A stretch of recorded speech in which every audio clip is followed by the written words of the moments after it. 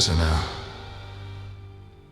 Let me tell you a story about a spirit descending from heaven above, taking on flesh and bone, walking these concrete streets we call home. He appears in the city, not with trumpets and fanfare, but quiet, like morning fog rolling in. He walks among the crowds, invisible at first and seen, a stranger with ancient eyes and a mission burning in his heart. At a bus stop, beneath the flicker of fluorescent lights, he finds her. Mary, 23 years old, scrolling through her phone, earbuds in, waiting for the number 7 bus. She doesn't know that everything in her life is about to change. He sits down beside her, and with a gentle voice, he speaks. I walk these streets, glass and steel, where millions rush but never feel. I take this flesh, I breathe this air, to find the ones who still might care. The city hums with a restless soul. I'm searching for the ones to make me whole. I'm walking among you. Can't you see? The one you've heard of, Finally free, I've come to find. chosen few, The lost, the searching, the broken too. walking among you, Here I stand, reaching out with human hands. She pulls out one earbud, looks up at this stranger with curiosity and a little suspicion. "Can I help you?" she asks. He smiles, the kind of smile that disarms you, makes you feel safe, even though you don't know why. She sits alone beneath the glow, her eyes reflecting what she doesn't know. "Excuse me, miss, can I ask your name?" "It's Mary, sir. What's your game?" I wanna know, what do you believe about the man they call the Prince of Peace?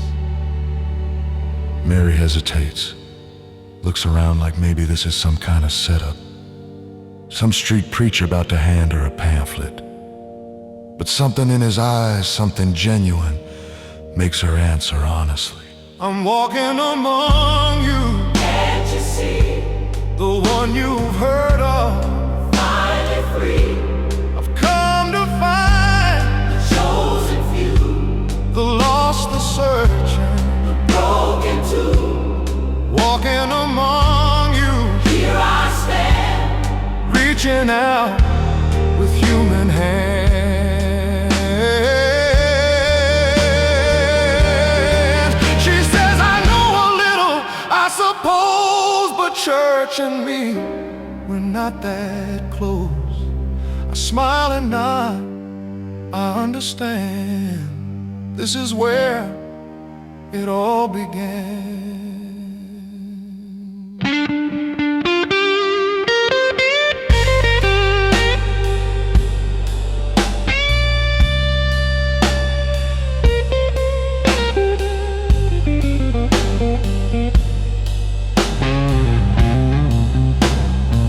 He nods. No judgment in his face, just understanding. "That's okay," he says. "Would it be alright if I talk to you again soon, Mary? I'd like to share some things with you." I'm walking among you, Can't you see? the one you've heard of. Finally free, I've come to find the chosen few, the lost, the searching, the broken too. walking among you, Here I stand, reaching out with human hands.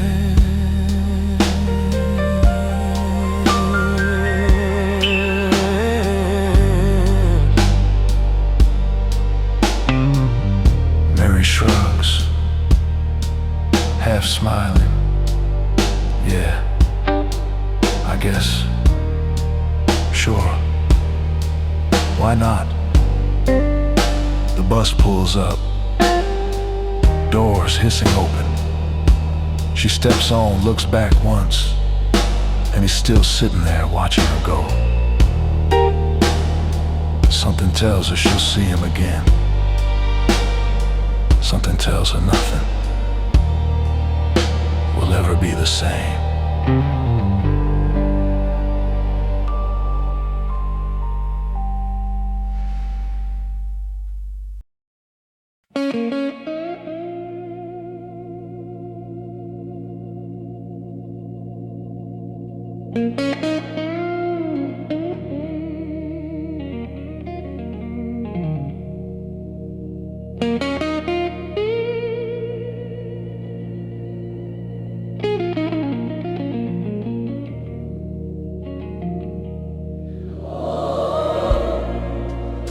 The next morning, the sun barely up, painting the sky purple and orange. He walks through downtown past the coffee shops just opening, past the suited commuters rushing to catch train. And there outside a 7-Eleven, sitting on flattened cardboard boxes, is David, 52 years old, weathered face, clothes that have seen too many winters. But beside him, tucked under his arm like treasure, is a worn leather Bible. Pages dog-eared, spine cracked from constant reading. Most people walk past without looking. They cross the street, avoid eye contact, pretend he's invisible. But this stranger, he walks right up and kneels down on the cold concrete and looks David in the eyes like he's looking at royalty. I see you there upon the ground, a forgotten soul in this crowded town. Your cup is empty, your sign worn thin, but something tells me there's light within. Tell me, David, what do you know about the man from long ago? David looks up, surprised someone's asking him. Really asking, not mocking.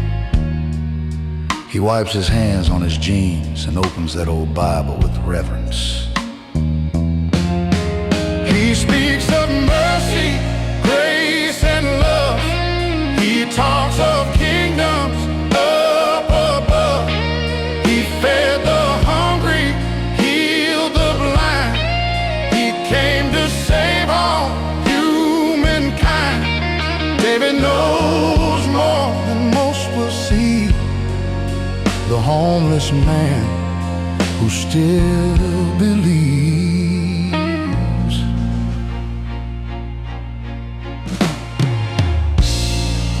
His weathered hands hold sacred pages,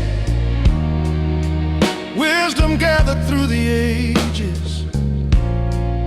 I know he walked on Galilee, I know he died to set us free. I know he said to love your brother. His eyes meet mine like no other. David's voice is steady. Sure, he quotes scripture from memory. Matthew, John, Luke. Like he's been having conversations with these words for years, and he has. When you lose everything else, sometimes faith is all that's left. The stranger listens, nods, and when David finishes, there's a long pause. Then the stranger speaks. He speaks of mercy, grace, and love. He talks of kingdoms up above. He fed the hungry, healed the blind. He came to save all humankind. David knows more than most will see. The the homeless man who still believes. Will you walk with me? I ask him slow. There's so much more I want to show. He nods and rises to his feet. Two souls connecting on the street.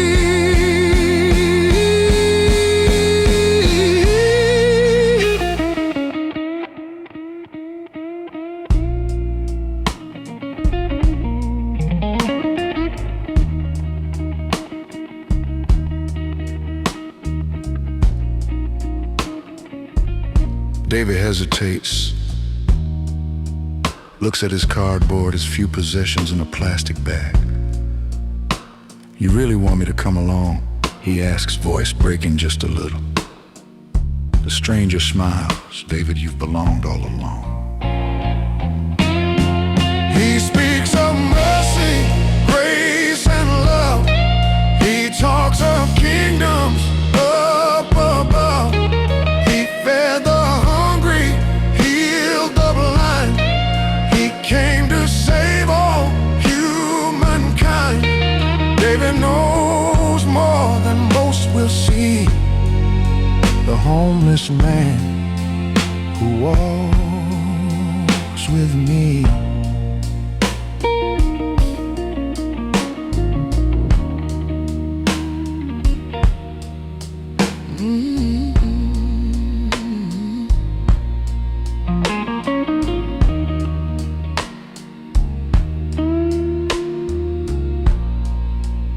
David picks up his Bible, leaves the cardboard behind. He doesn't know where they're going, but for the first time in years, he's not walking alone. 2 disciples now, 10 more to go.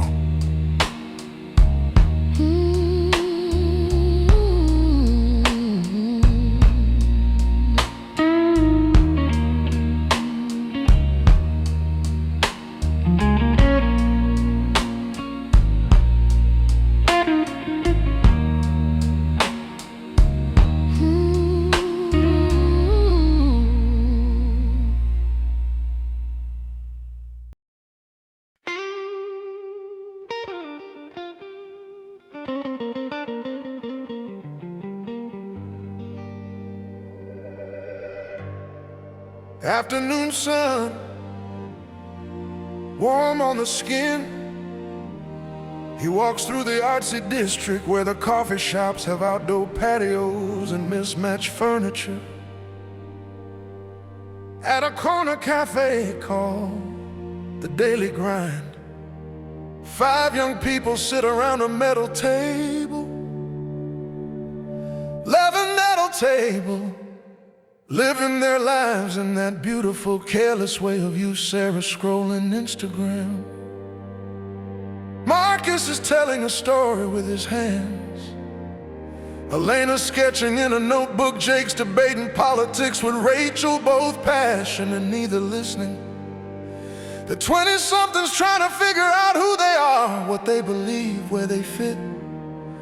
He approaches slowly, pulls up a chair, and they all look up, curious, maybe a little annoyed at the interruption.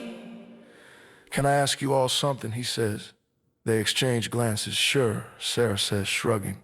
"Why not?" 5 chairs, 5 faces in the afternoon sun.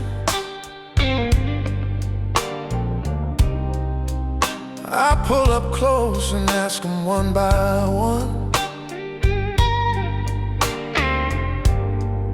"Tell me what you know about the carpenter's son." They look at each other, not sure where to begin. Sarah shrugs, "Some religious guy, I think." Marcus laughs, "Walked on water or something with a wing." Elena puts down her pencil, tilts her head. "My grandma used to pray to him. I guess she had this picture of him in her hallway. Looks sad, you know." Jake jumps in. "Yeah, I couldn't pass a Bible test if you paid me. They're honest, at least no pretense." They know the name, but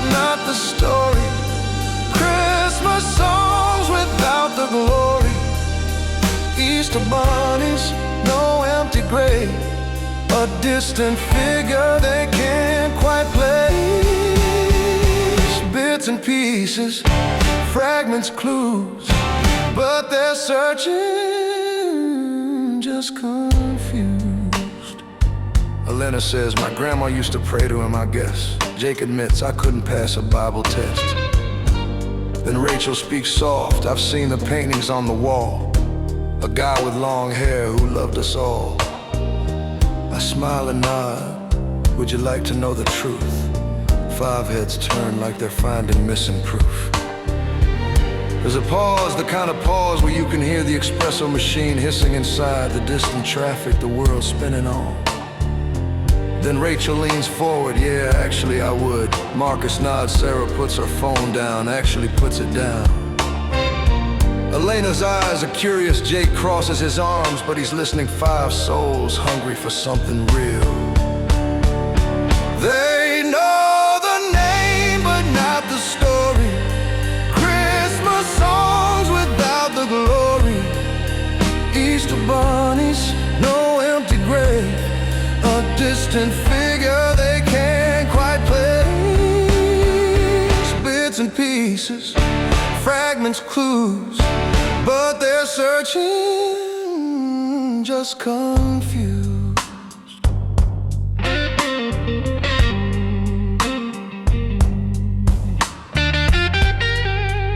Can I meet with you again? Same time, same place. Let me show you love, let me show you grace. 5 faces soften, 5 voices agree. The circle's growing, now there's 7 with me.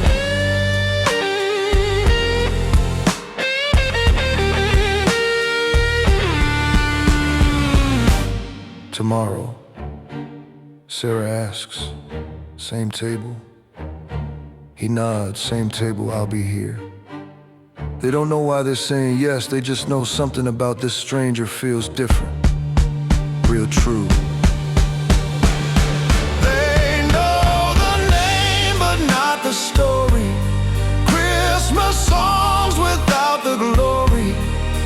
Easter bunnies, no empty gravy. A distant figure they can't quite place.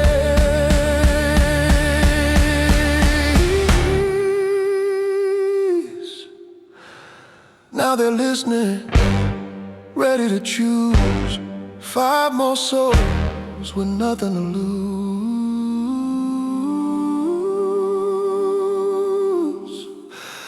He stands to leave, and they watch him go. That was weird. Marcus says, yeah.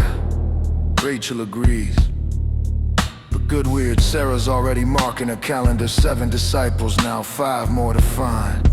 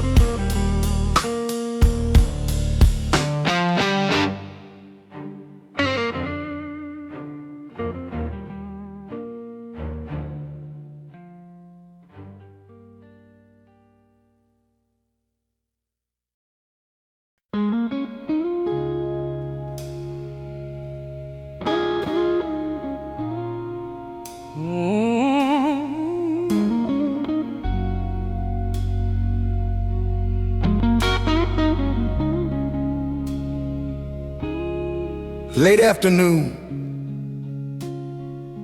the university campus buzzing with life. Students rushing between classes, backpacks slung over shoulders, faces buried in textbooks or phones. Outside the main gate, near the big oak tree that's been there longer than the buildings. 5 students stand in a circle, animated, passionate, debating something. Thomas, Maya, Carlos, Aisha, and Noah. They're the kind of students who actually care, who ask the big questions, who haven't let cynicism kill their curiosity yet.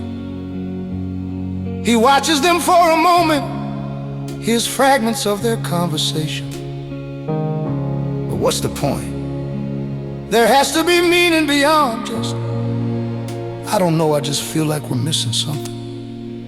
He approaches, and they turn. Sorry to interrupt, he says, but I heard your conversation and I have a question for you. 5 minds hungry for the truth, standing in the fire of youth. I approached them with a simple test. Tell me what you know, I'm all ears, I'm impressed.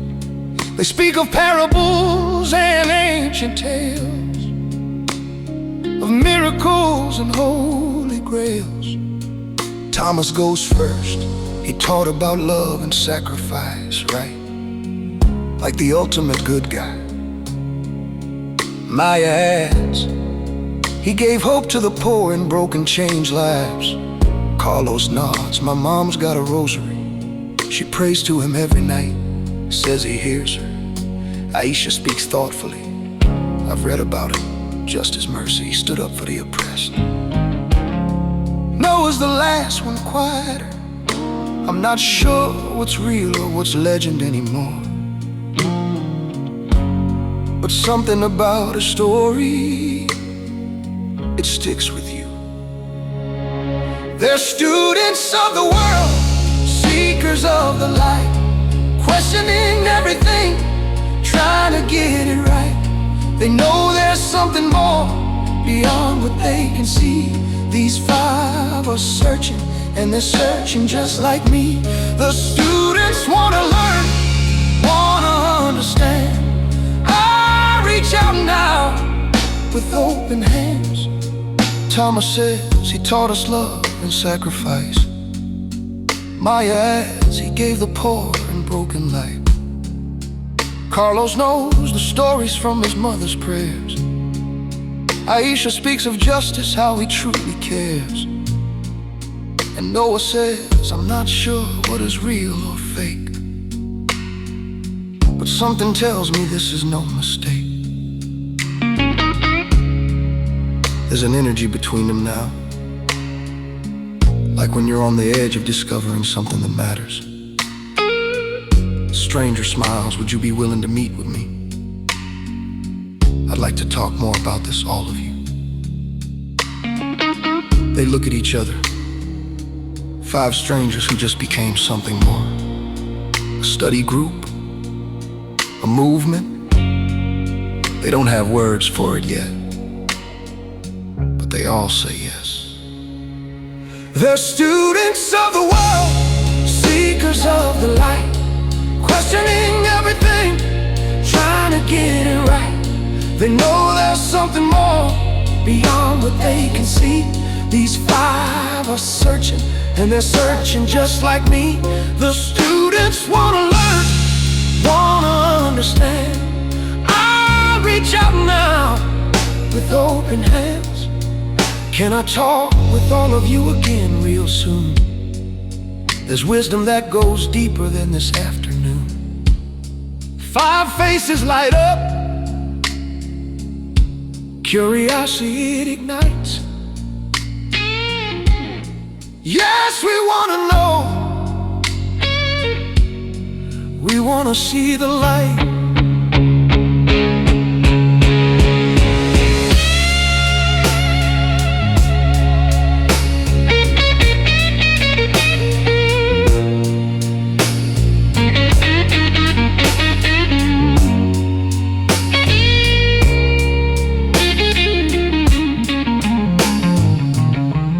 Maya pulls out her phone.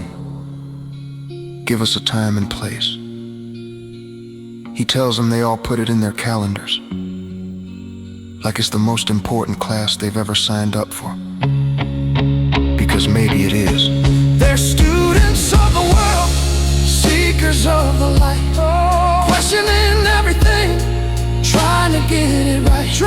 They know there's something more beyond what they can see. 12 disciples gather now, walking here with me. The students wanna learn, wanna understand. 12 souls together, hand in hand.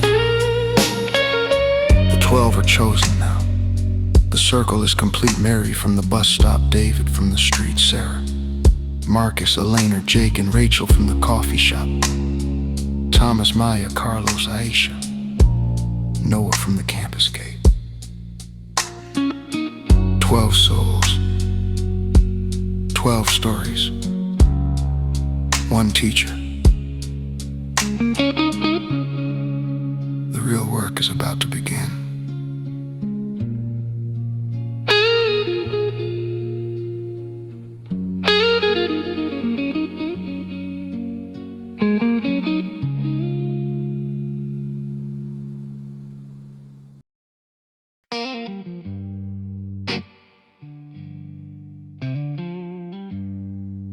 Evening falls like a blessing over Riverside Park.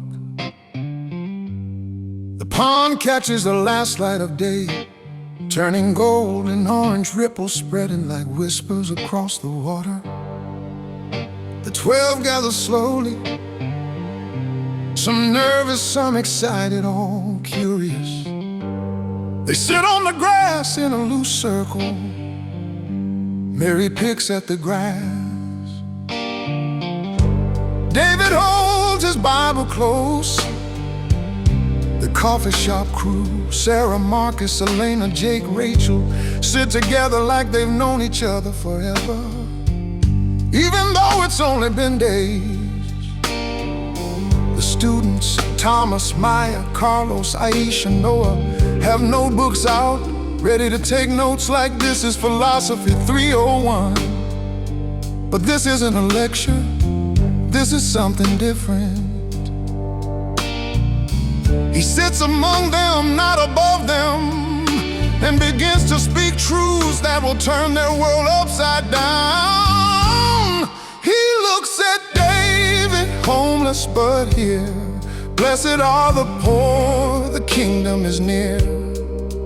Not the wealth you chase or the status you seek, but the humble in heart, the gentle and meek. Mary nods slowly, she's starting to see there's power in weakness and humility. David's eyes filled with tears he didn't know he was holding all his life. He's been told he's nothing, worth nothing, invisible. And now this man is saying he's blessed. The kingdom belongs to people like him. It doesn't make sense, but somehow it does. By the water's edge, we're learning to believe that the last will be first and the broken will receive. Not the strong or the perfect, not the proud or the fame, but the merciful, the pure, those who bear his name. He's teaching us love in a world that's forgotten how. The ancient words are living, breathing now.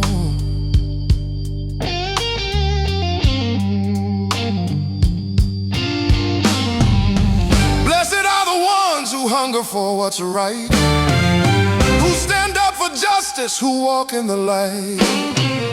The peacemakers, the pure, those who take the heat for doing what is good in a world of deceit. The 12 are listening, phones put away. Something is shifting in what he has to say. Aisha looks up from her notebook. This is everything she's been fighting for. Justice, peace, standing up for what's right. But she's been told it's naive, unrealistic, childish. Now here's someone saying it's blessed, that it matters, that it's worth the cost.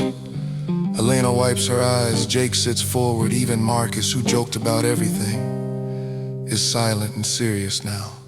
By the water's edge, We're learning to believe that the last will be first, and the broken will receive. not the strong or the perfect, Not the proud or the fame, but the merciful, the pure, those who bear his name. He's teaching us love in a world that's forgotten how. The ancient words are living, breathing now. You are salt, you are light. Don't hide your truth, let it shine bright. Love your enemies, go the extra mile. Turn the other cheek, forgive with a smile.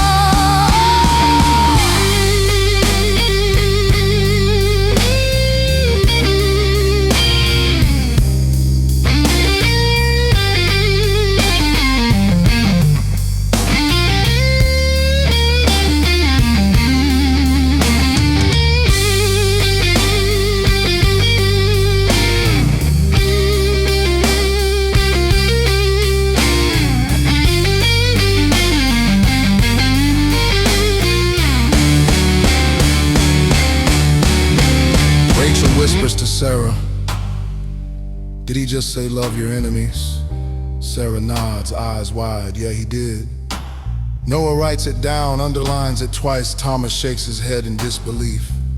Not rejection, but wonder, like he's hearing the most radical, impossible, beautiful truth he's ever encountered. by the water's edge, We're learning to believe that the last will be first, and the broken will receive. not the strong or the perfect, Not the proud or the fame, but the merciful, the pure, those who bear his name. He's teaching us love in a world that's forgotten how.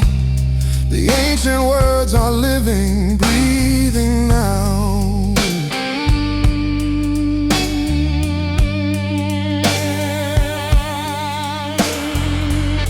The sun sinks low behind the trees. The water stills, 12 hearts are different than they were an hour ago. The world looks the same, but they're seeing it new. The kingdom isn't coming someday. It's here. It's now. It's in them. And the journey has only just begun.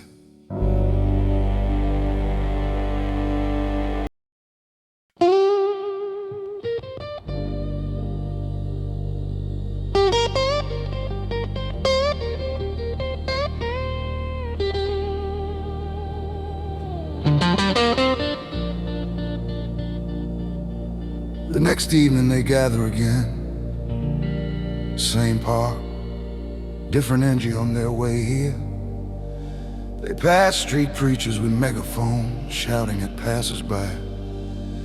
They scrolled past Instagram influencers posting Bible verses with perfect likes. They saw bumper stickers and t-shirts and performance after performance of faith. When they sit down, Marcus speaks first. So like, is that what we're supposed to do? Get loud, get followers, make a show of it. The teacher's face darkens, not with anger, but with something deeper. Disappointment, maybe, or grief. He leans forward, and his voice cuts through the noise of the world like a blade through water. When you pray, don't stand on the corner screaming. Don't post your devotions for likes and streaming. Don't make a show of your charity and grace. True faith isn't measured by your public face. Marcus asks, then how do we do it right? Go to your room, close the door, turn off the light. Elena looks confused, so we're supposed to hide it. Keep it secret. He shakes his head. No, you're supposed to make it real. Prayer isn't a performance for others. It's a conversation with the Father, and He doesn't need you to impress Him. He just wants you to be honest. It's more than words, more than the show, more than the world will ever know. Not the hashtags or the viral prayer, but the quiet moments when you're alone and there. Your Father sees what's hidden from view. It's more than words, it's what you do.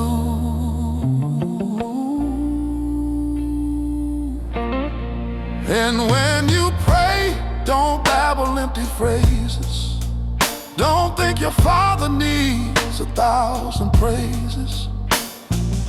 He knows your needs before you even speak. Just talk to him simple, honest and deep. Aisha leans forward, so no performance, no fake. Just real connection, for your own soul's sake. Thomas pulls out his phone, starts scrolling through his feed. So all these people posting their prayers, their Bible studies, their Christian hashtags, that's not real. The teacher pauses, it can be, but ask yourself, are they doing it to connect with God or to be seen by people? Your Father sees in secret, he rewards in secret. Don't trade the eternal for the temporary applause of strangers. It's more than words, more than the show, more than the world will ever know. Not the hashtags or the viral prayer, but the quiet moments when you're alone and there. Your Father sees what's hidden from view. It's more than words, it's what you do. Our Father in heaven, holy is your name. Your kingdom come, your will the same. On earth as heaven, give us our daily bread. Forgive us as we forgive, he said.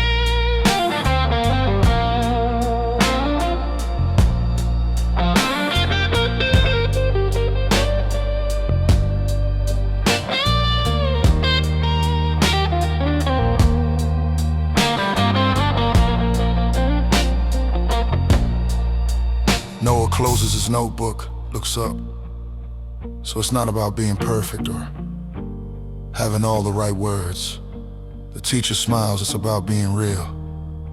Your Father isn't impressed by eloquence. He's moved by honesty.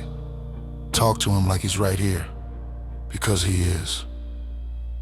It's more than words, more than the show, more than the world will ever know. Not the hashtags or the viral prayer, but the quiet moments when you're alone in there. Your Father sees what's hidden from view. It's more than words, it's what you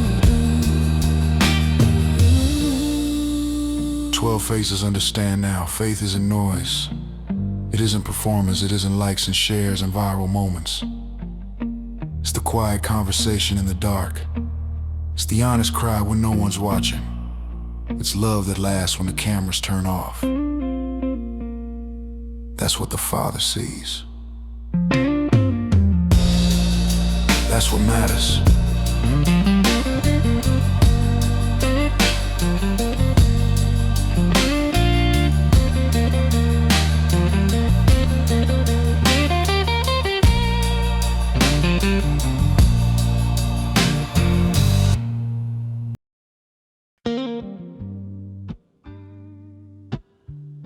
They meet under the streetlights again, near the pond.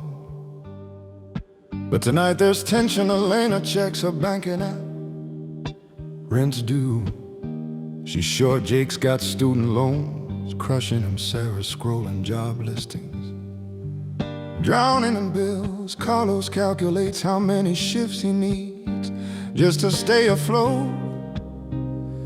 The teacher sees it all, the weight, the worry, and he points to the birds landing near the water, to the wildflowers growing in the sidewalk cracks.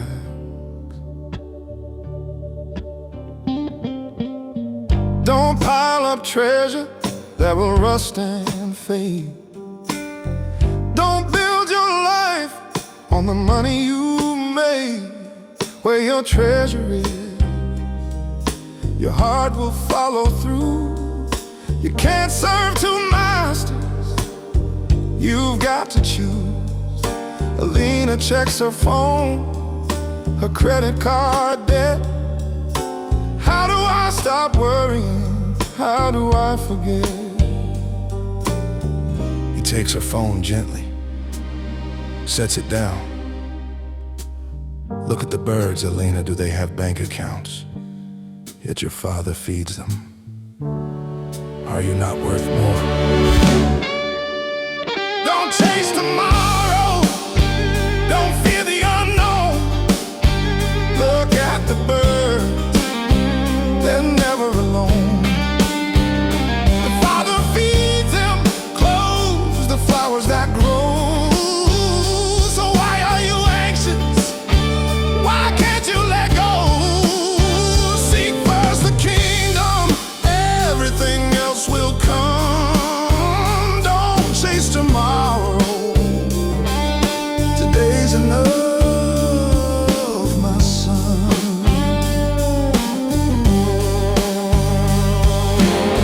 Look at what you're wearing, look at what you eat.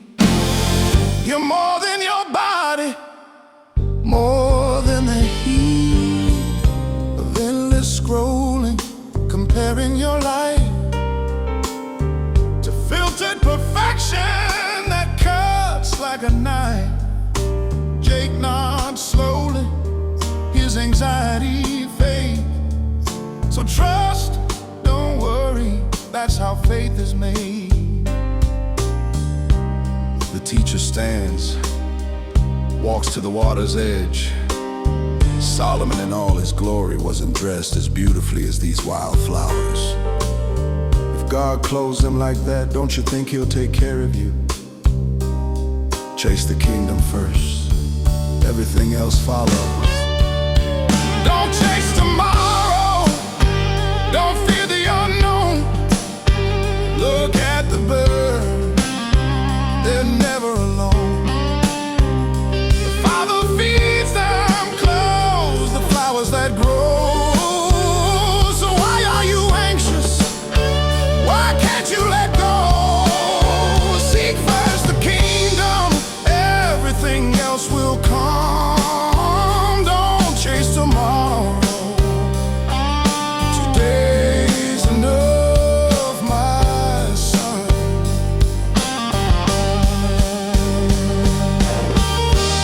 You worry add a single hour to your days. Let go of fear, trust in better ways. Tomorrow has enough trouble of its own. Live in this moment, you're not alone.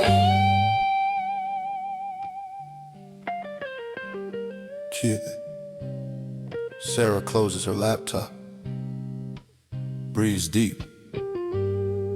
So we just trust. He nods.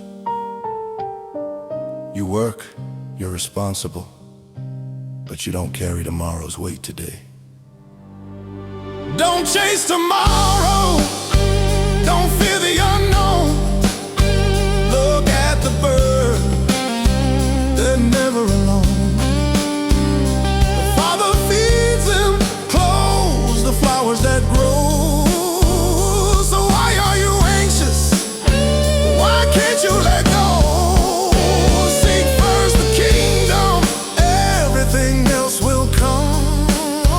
Don't chase tomorrow, today's enough,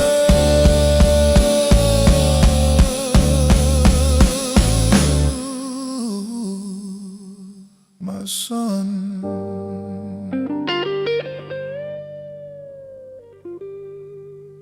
12 faces lighter now. The debt's still there. The bills are still due. But the weight lifts. Maybe they don't have to carry it all alone. One day at a time,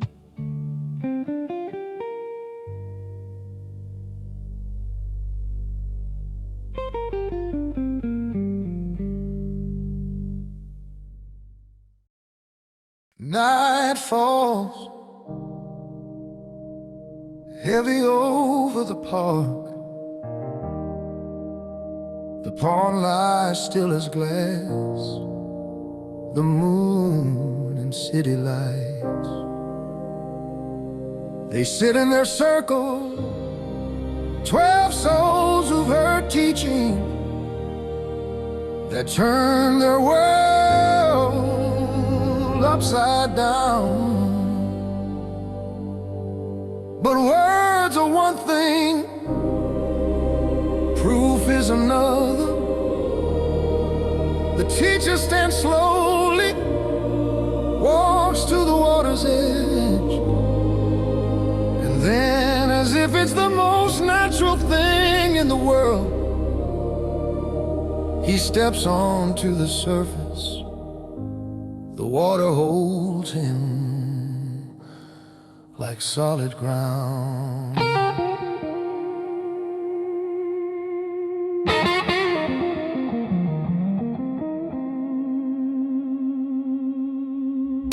The moon reflects upon the glassy deep. 12 hearts are racing. No one speaks. He rises slow and walks toward the shore. Their eyes go wide, they've never seen before. One foot, then another on the liquid ground. Laws of nature shatter without a sound.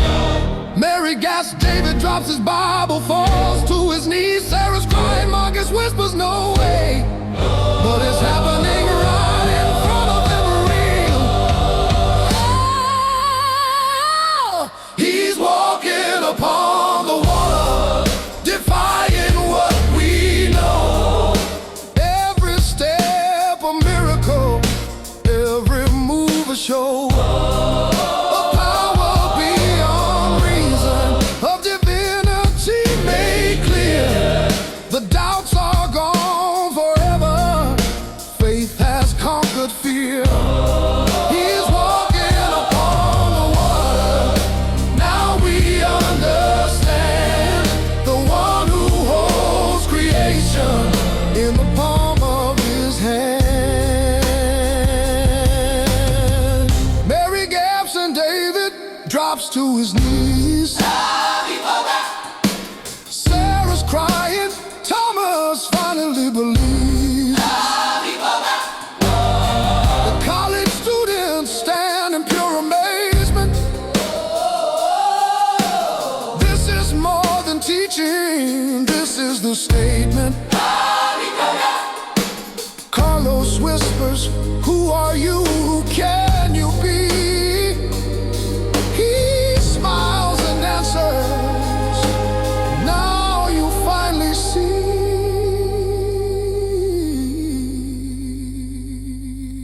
He walks 30 steps, the water rippling, but never giving way. Elena can't breathe. Jake's hands shake, Rachel and Aisha hold each other sobbing. This isn't a parable, this is real. He's walking upon the water, defying what we know. Every step a miracle, every move a show. A power beyond reason, a divinity made clear. The doubts are gone forever, faith has conquered fear.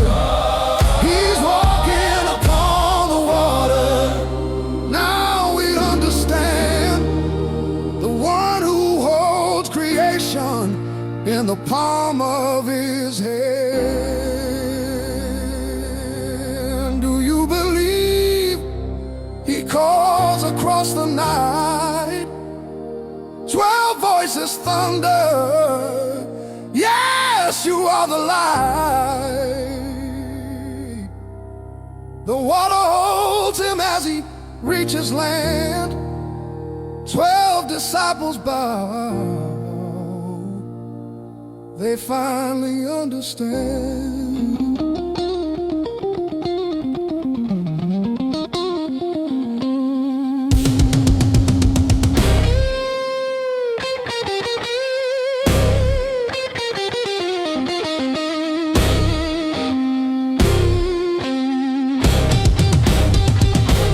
steps onto the grass, and they can move again. Thomas falls at his feet. You're really him. You're really Jesus. The others surround him. I told you, he says gently.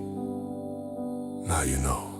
He's walking upon the water, defying what we know.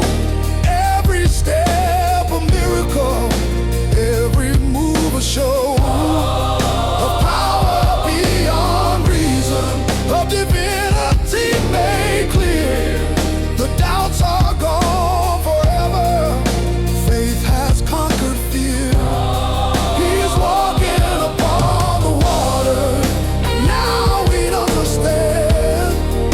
The Son of God is with us, walking hand in hand.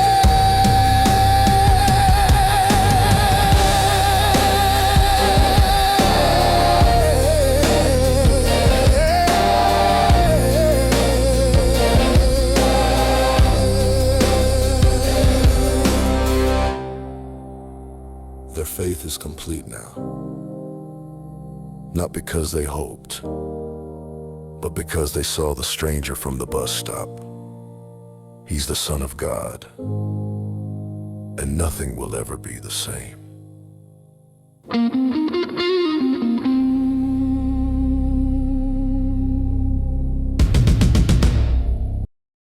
The next night, they're different. The water walking changed everything. They believe now, really believe. But believing doesn't make you perfect. He watches them scroll through their phones, sharing opinions on everyone's mistakes, posting reactions to other people's failures, subtweeting, quote tweeting, commenting with judgment disguised as concern. Rachel's talking about someone who wronged her. Marcus is going off about people who don't get it. Even sweet Sarah's got shade to throw. They don't see the irony yet. They've seen a miracle touch divinity, and now they're back to the oldest human pastime, judging each other. He lets them go for a minute and speaks words that cut through the noise like lightning through darkness.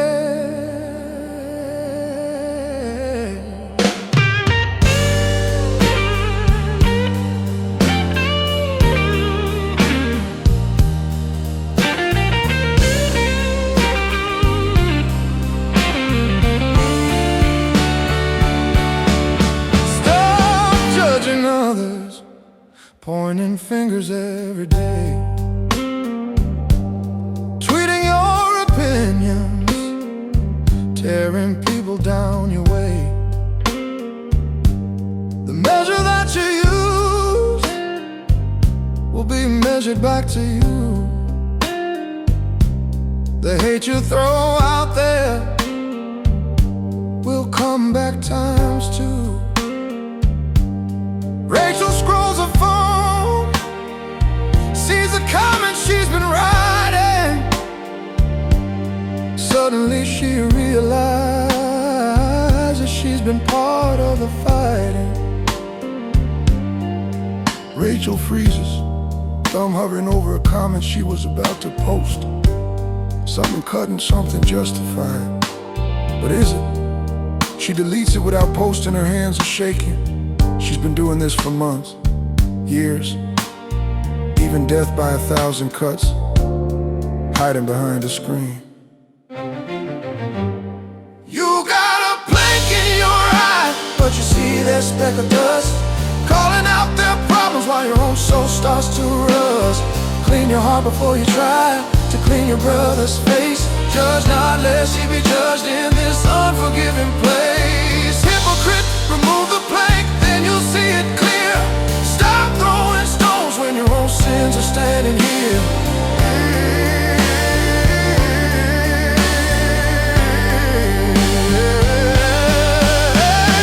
Why you looking at the splinter in your neighbor's eye?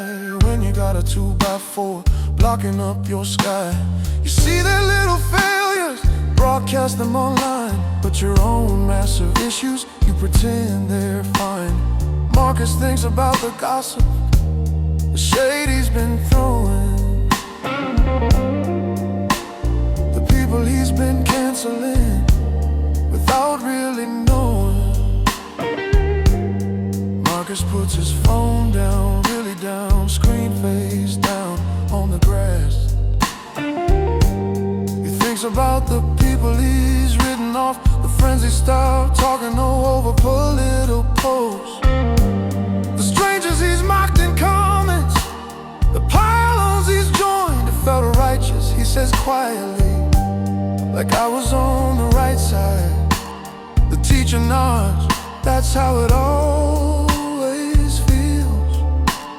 But righteousness without mercy is just cruelty with a halo. You got a plank in your eye, but you see their speck of dust, calling out their problems while your own soul starts to rust. Clean your heart before you try to clean your brother's face. Judge not lest ye be judged in this unforgiving place. Hypocrite, remove the plank, then you'll see it clear. Stop throwing stones when your own sins are standing here.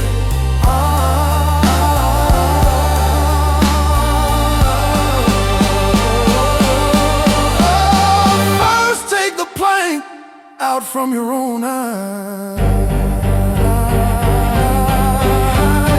then you'll see clearly, then you can try to help your brother, but with love, not hate. Show mercy, show grace before it's too late.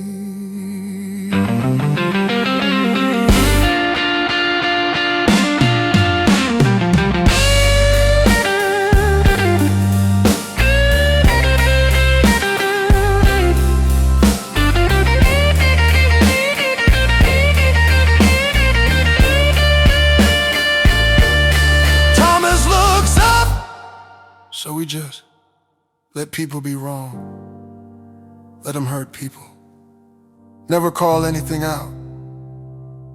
The teacher shakes his head. No, you speak truth, but you speak it from a clean heart, not a bitter one. You help because you love them, not because you love being right. Big difference. You got a plank in your eye, but you see their speck of dust, calling out their problems while your own soul starts to rust. Clean your heart before you try to clean your brother's face. Judge not lest ye be judged in this unforgiving place. Hypocrite, remove the plank, then you'll see it clear. Stop throwing stones when your own sins are standing here.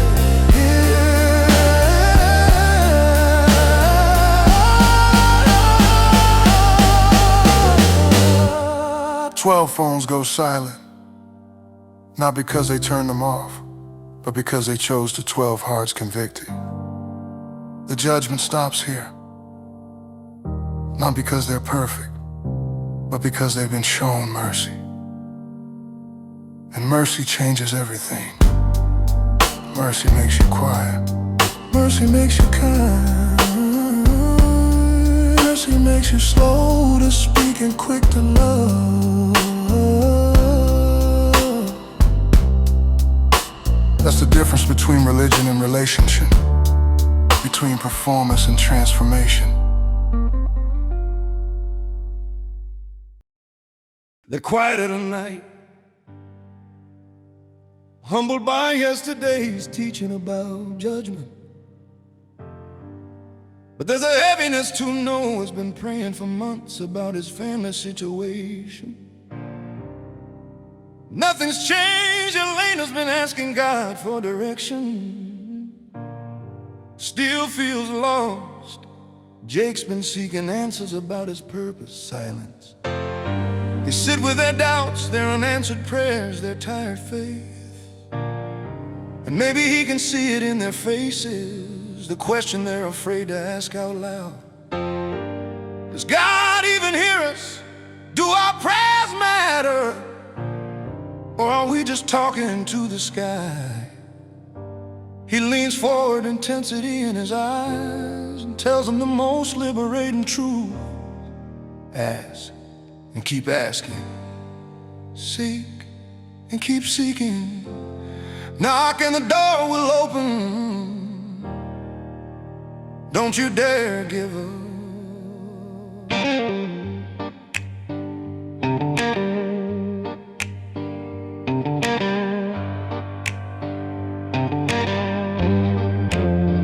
Asking it will be given.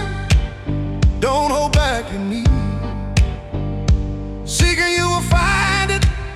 Plant the faithful seed. Knocking doors will open.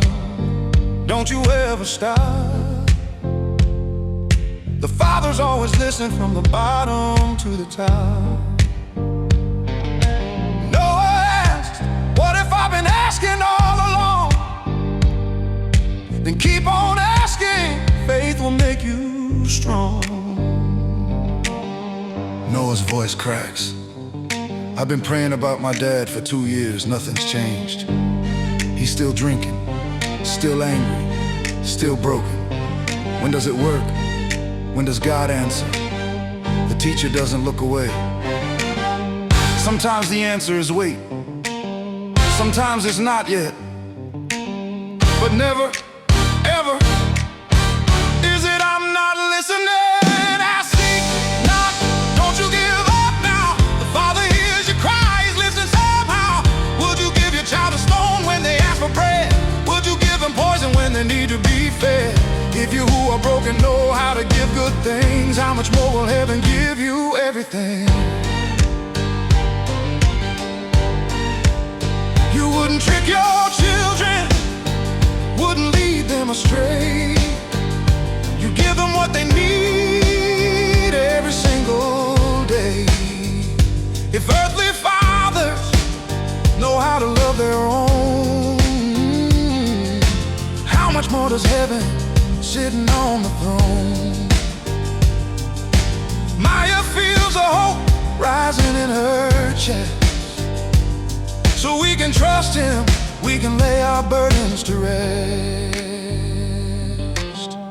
The teacher stands, walks around the circle. Think about it, if your child asks you for food, you don't give them rocks, right?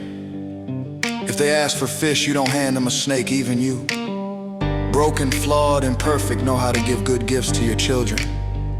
So how much more does your perfect Father in heaven know how to give you what you need? Elena's crying now, the weight lifting. I thought he wasn't listening, she whispers. He's always listening. The teacher says, always ask, seek, knock. Don't you give up now. The Father hears your cry, He's listening somehow. Would you give your child a stone when they ask for bread? Would you give them poison when they need to be fed? If you who are broken know how to give good things, how much more will heaven give you everything?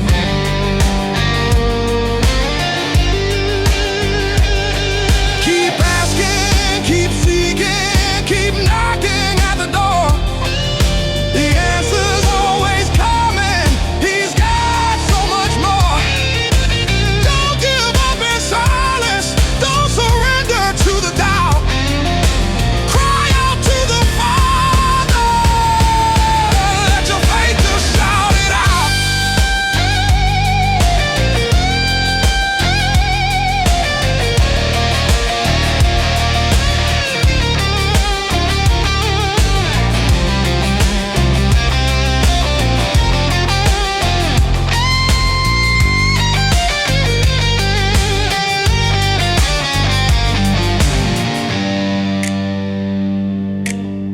Thomas looks around the circle, so we just keep praying. Even when it feels like nothing's happening. The teacher smiles, especially then persistence isn't about convincing God. It's about refusing to let go of hope. It's about trusting even when you can't see. That's faith. Knock, seek, knock. Don't you give up now. The Father hears your cry, He's listening somehow. Would you give your child a stone when they ask for bread? Would you give them poison when they need to be fed? If you who are broken know how to give good things, how much more will heaven give you everything?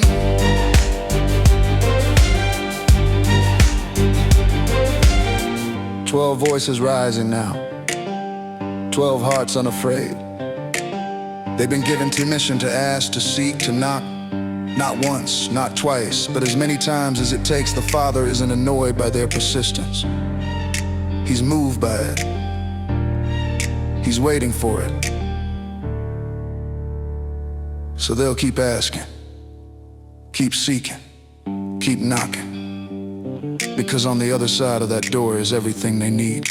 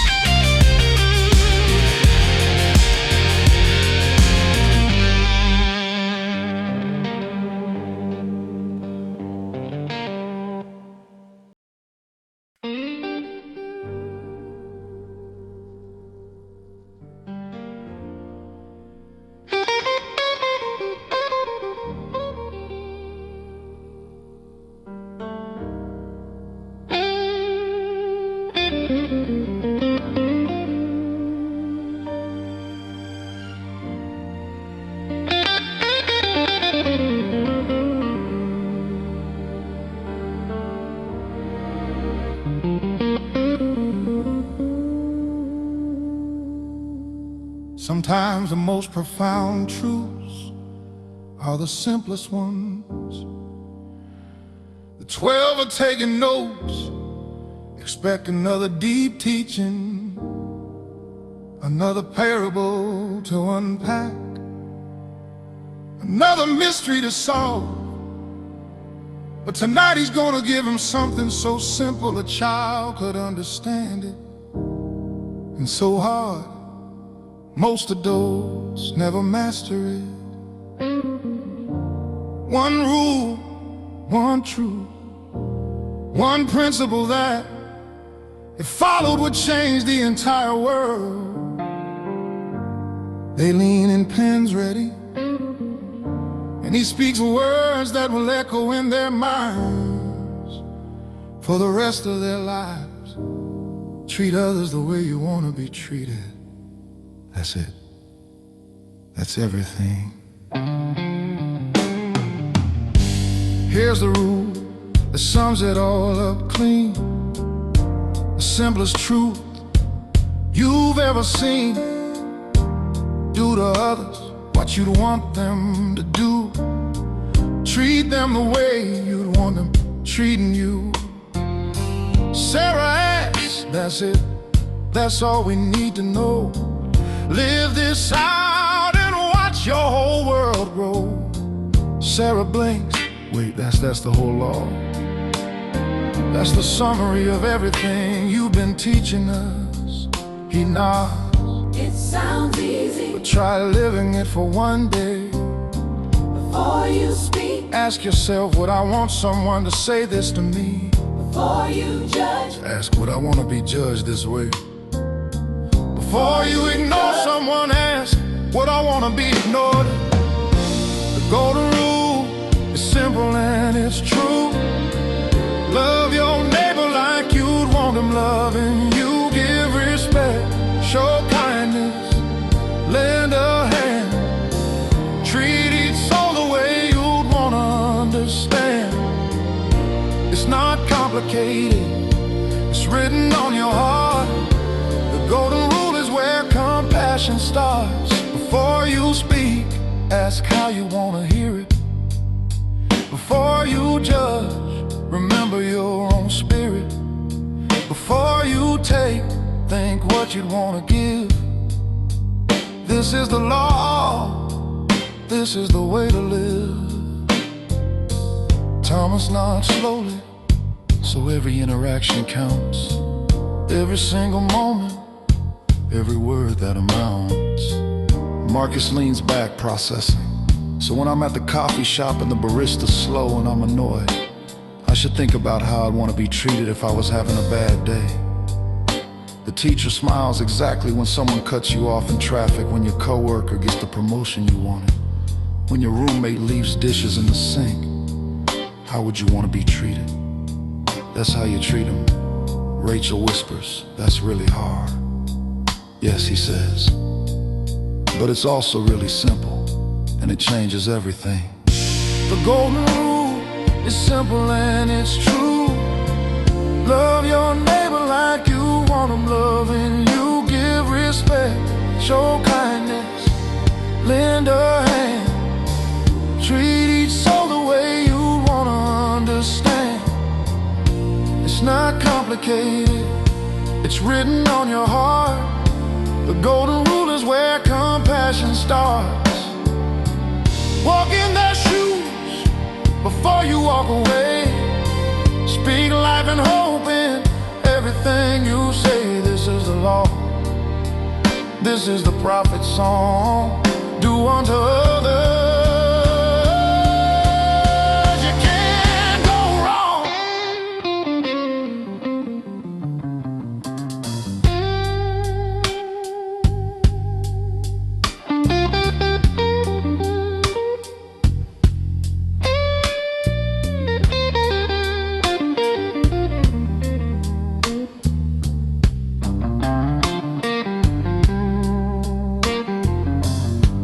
Aisha raises her hand. What about people who've hurt us? People who don't deserve kindness. The teacher's face grows serious. Treat them the way you want to be treated if you'd made their mistakes. Because you have made mistakes. Maybe different ones, but mistakes all the same. Show them the grace you hope to receive. The golden rule, it's simple and it's true. Love your neighbor like you want them loving you. Give respect, show kindness, lend a hand. Treat each soul the way you want to understand. It's not complicated, it's written on your heart. The golden rule is where compassion starts. One rule to change the world. One truth to hold before every word, every action, every thought. Pause and ask, how would I want to be treated?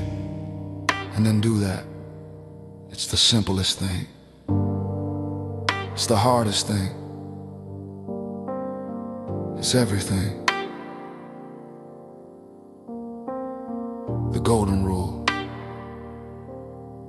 Not because it's trendy or convenient, then because it's true.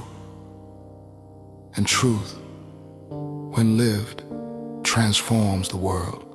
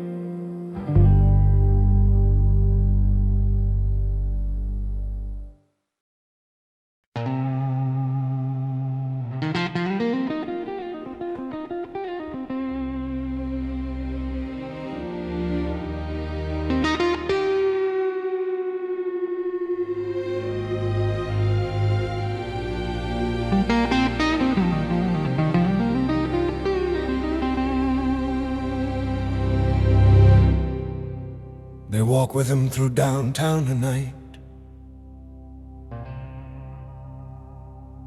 and he stops at a busy intersection. Two streets branch off, one wide, brightly lit, packed with people following the flow. Restaurants, clubs, shops, flashing signs. Easy, probably other street, the other steep uphill. Only a handful of people walking against the tide. Hard, lonely, different, he points to both streets. and ask them a question that'll haunt them. Which path will you take? They look at the easy road, the one everyone's on, then at the narrow one, the one that costs everything, and they have to choose.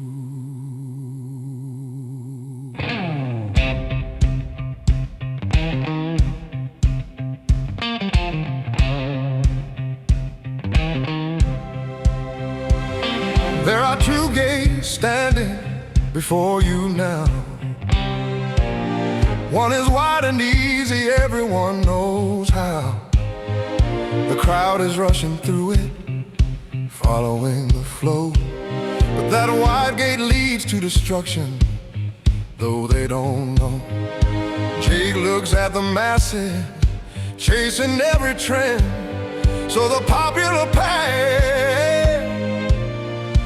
isn't where it ends. He watches the crowds for a moment. Look at them chasing comfort, convenience, pleasure, approval.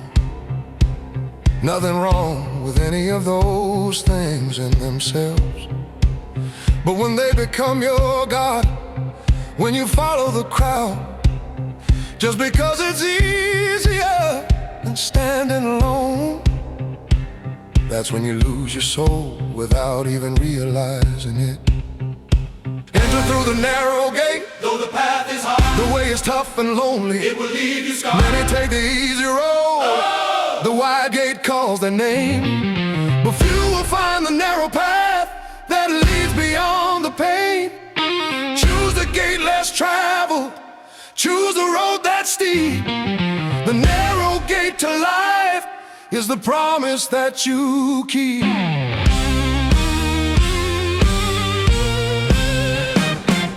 The narrow road is harder, fewer people walk this way. It costs you everything, it demands you every day. But this is where true life is found, beyond the gate so small, while the wide path leads to nothing, though it welcomes all. Carlos feels the weight of what he's being told, so following the crowd means I'm losing my soul. The teacher turns to Carlos. The crowd isn't always wrong, but the crowd isn't always right either. And most people, they're not choosing a path at all. They're just going where everyone else is going, because it's easier than thinking for themselves. The narrow gate requires something from you, sacrifice, discipline, standing alone when everyone else goes the other way. But that's where life is real life, not the shallow, temperate satisfaction of doing what's easy. Enter through the narrow gate, Though the path is hard, the way is tough and lonely. it will leave you scarred. Many take the easy road, the wide gate calls a name. But few will find the narrow path that leads beyond the pain. Choose the gate less traveled, choose the road that's steep. The narrow gate to life is the promise that you keep.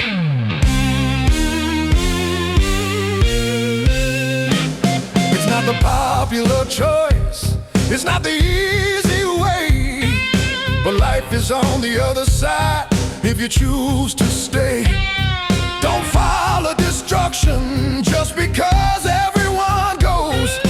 Take the narrow gate, that's where the real life flows.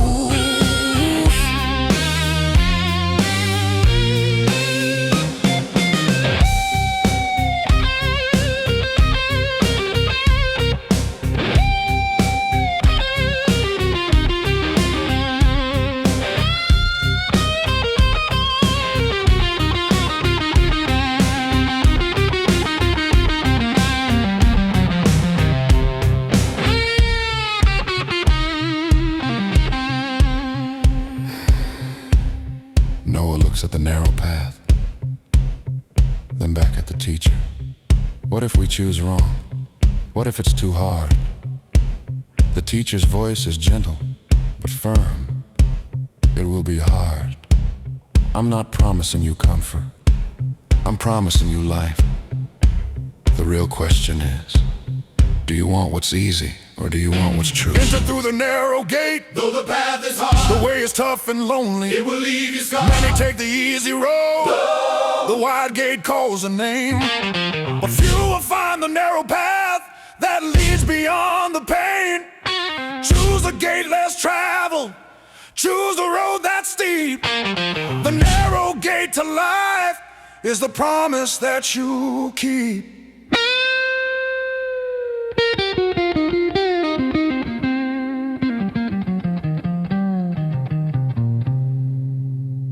"12 faces set with new determination.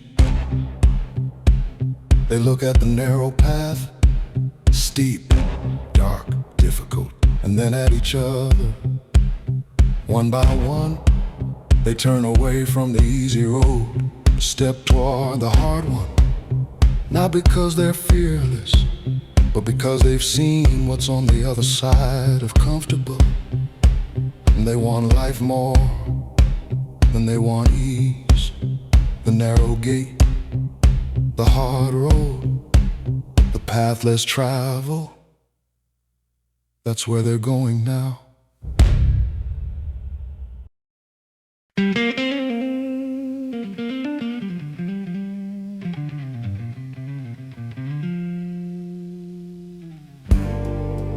They're scrolling through social media again.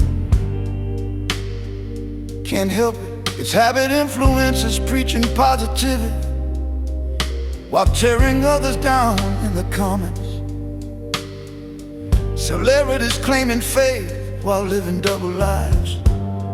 Preachers getting rich off donations while their congregations struggle. Leaders promising change while pocketing cash and power.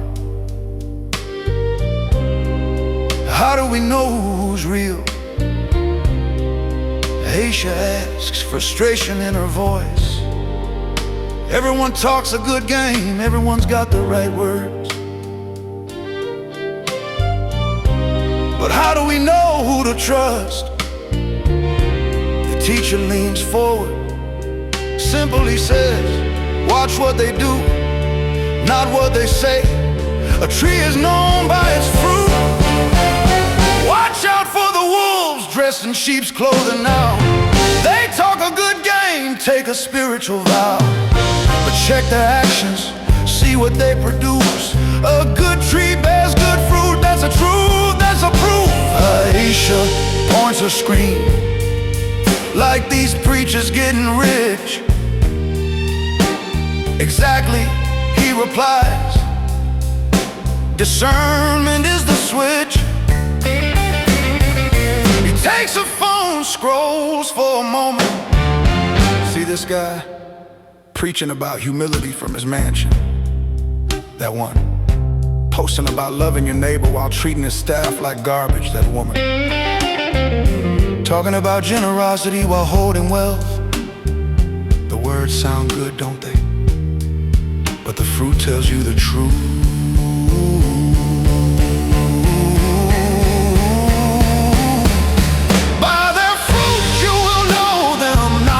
They speak, not the post they're sharing or the image that they tweet. Can you pick grapes from thorn bushes or figs from a weed? A good tree gives good fruit, that's the only thing you need. Watch their actions, see what grows from their lives. By their fruits you will know them, strip away the lies. Every good tree produces good fruit every time, but a bad tree's bearing poison, covering up the crime.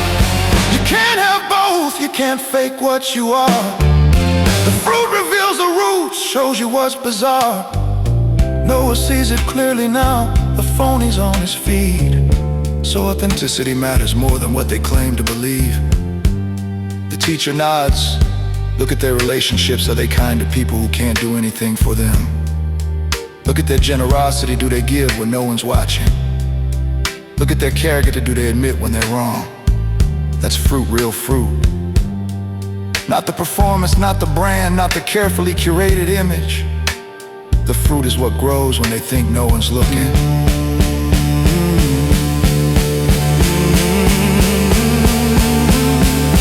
By their fruits you will know them, not the words they speak, not the post they're sharing or the image that they tweet. Can you pick grapes from thorn bushes or figs from a weed? A good tree gives good fruit, that's the only thing you need. Watch their actions, see what grows from their lives. By their fruits you will know them, strip away the lies.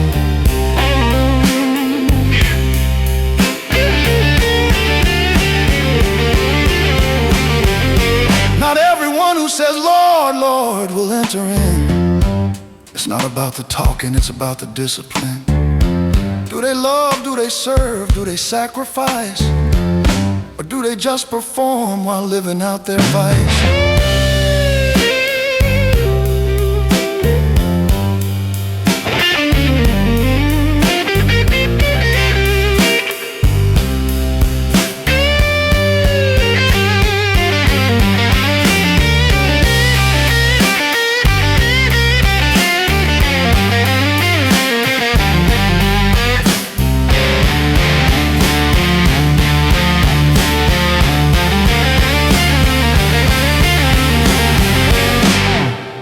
Marcus puts his phone down, so we can't trust anyone. The teacher shakes his head. No, you can trust people, but you trust them based on their fruit, not their words. Words are cheap, fruit takes time to grow. And you can't fake fruit. It either grows or it doesn't.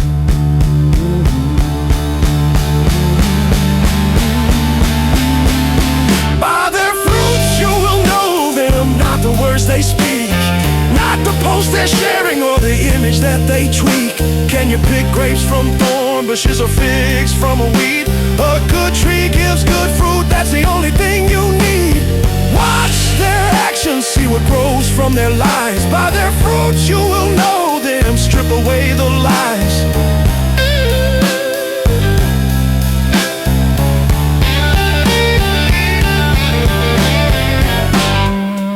12 disciples learning discernment in real time, not cynicism. Discernment, there's a difference. Cynicism says everyone's fake. Discernment says watch and see. Check the fruit. Good trees produce good fruit. Bad trees can't hide forever. Time reveals everything. So they're learning to watch, to wait, to test what people say against what people do. That's wisdom. That's survival. That's the narrow path.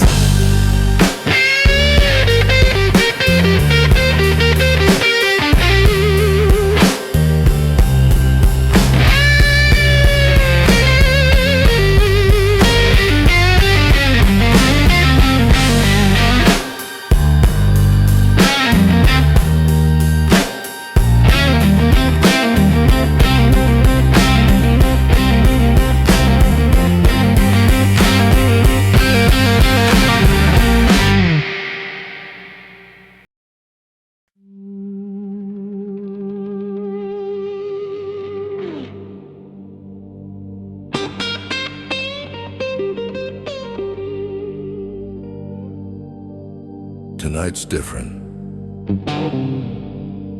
The air is tense. They're talking about people who've wronged them. The ex who cheated and spread lies. The boss who fired them unfairly, the friend who betrayed their secrets. Their anger is justified. Their rage is righteous. Then he speaks words that shatter everything. Love your enemies.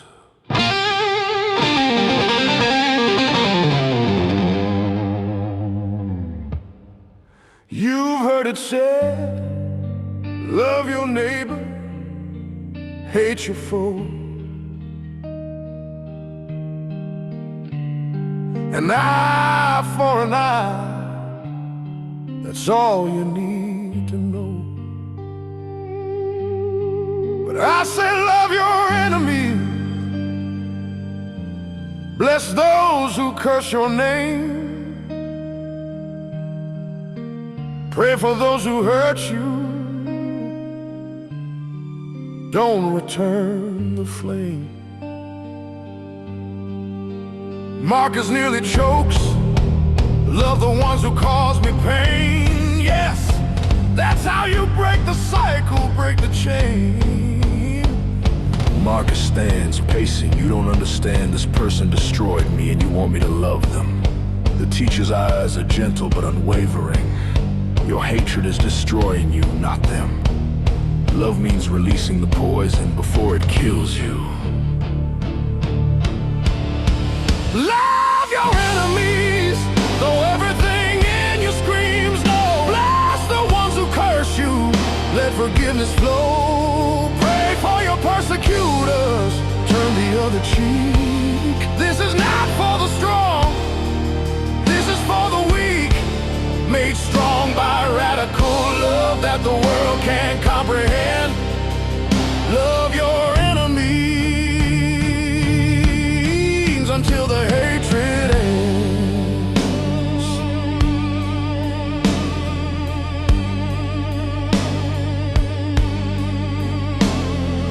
Anyone can love the ones who love them back. Even sinners do that, even those off track. But if you only love your friends, what reward do you expect? Love those who hate you, that's how you reflect. The Father who makes His sun rise on evil and good, who sends His rain on the just and unjust understood. Rachel's crying now, thinking about her sister who stole from her. I can't, she whispers. The teacher kneels beside her. You can't in your own strength, that's why you need me. This love is supernatural. It's divine. Love your enemies, though everything in you screams no. Bless the ones who curse you, let forgiveness flow. Pray for your persecutors, turn the other cheek. This is not for the strong, this is for the weak. Made strong by radical love that the world can't comprehend. Love your enemies until the hatred ends.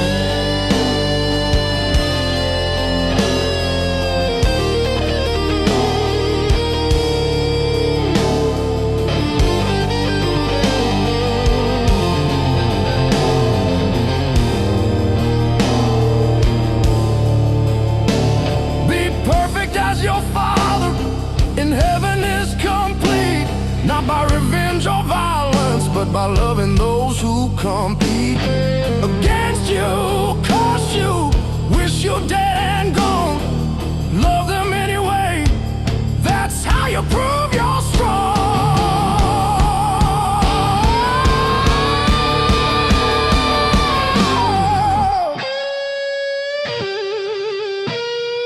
Thomas's voice breaks.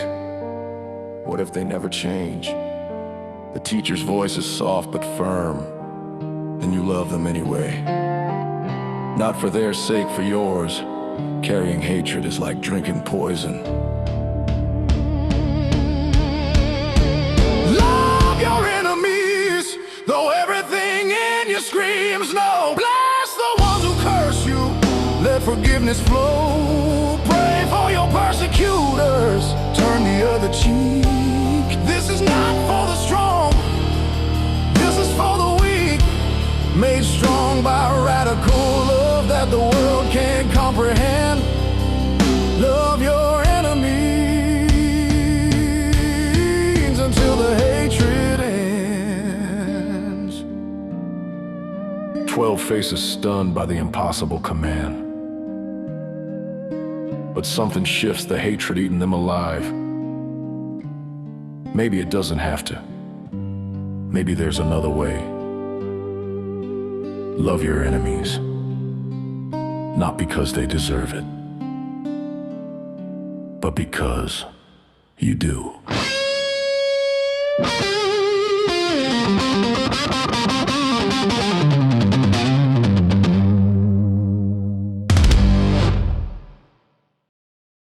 They're sitting by the pond again, and the conversation turns to neighbors. Who is my neighbor? Atlanta asks, like, who am I actually responsible for? My family, my friends, people in my community. Where does it end? It's a question people have been asking for thousands of years. And the teacher, he doesn't give them a definition. He tells them a story set not on ancient roads, but right here on their streets. A man beaten, robbed, left bleeding on the sidewalk, and the ones who should help, they walk right past. A man was walking down the street late at night, got jumped, got robbed, left bleeding in the light. A pastor came by, saw him lying there in pain, crossed the street, kept walking, didn't want the stain. Atlanta asked the pastor, he just passed him by. Yeah, then a worship leader with the same reply. The 12 are shocked, wait, the religious people ignored him. The teacher nods, too busy, too late, too inconvenient. Or maybe they were afraid. What if it's a setup? What if helping makes them a target? What if they get sued? So they crossed to the other side of the street and pretended not to see. But a stranger stopped, someone they never trust, someone from the wrong side, someone they discussed. He saw the broken man and didn't hesitate, bandaged up his wounds, carried all the way, paid for his recovery, showed him he was worth it. That's your neighbor, that's love, that's the real purpose. The stranger wasn't religious, wasn't from their crew, wasn't from their neighborhood, their faith or their view. But he stopped and gave his time, his money, his care, while the holy ones kept walking like he wasn't there. David nods slowly, seeing through the story's frame. So my neighbor isn't just the ones who look the same. The teacher leans back, the stranger in my story. He was a Samaritan back in the day. Jews and Samaritans hated each other, wouldn't even speak. But the Samaritan saw a Jewish man bleeding on the road, and he didn't see an enemy. He saw a human being who needed help. He stopped, he bandaged his wounds, he put him on his own donkey, took him to an inn, paid for everything, said, whatever else he needs, I'll cover it when I come back. Sarah wipes her eyes. So the outsider was the hero. But a stranger stopped, someone they never trust, someone from the wrong side, someone they discuss. He saw the broken man and didn't hesitate, bandaged up his wounds, carried all the weight, paid for his recovery, showed him he was worth it. That's your neighbor, that's love, that's the real purpose. Which one showed mercy? Which one showed love? Not the religious ones looking from above, but the unexpected one who crossed the line. Go and do the same every single time.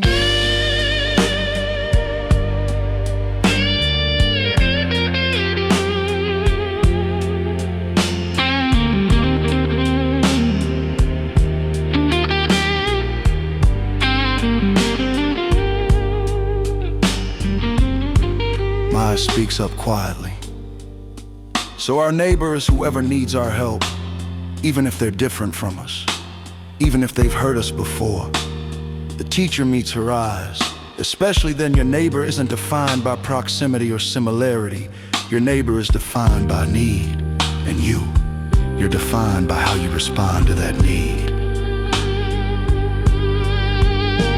When a stranger stops, someone you never trust, someone from the wrong side, someone you discuss, they see the broken soul and they don't hesitate, bandage up the wounds, carry it all the weight, pay for the recovery, Show them they are worth it. That's your neighbor, that's love, that's the real purpose. 12 hearts convicted, 12 minds understand. Your neighbor is the person bleeding on the sidewalk, even if helping them cost you something, even if it's inconvenient, even if they're not your people.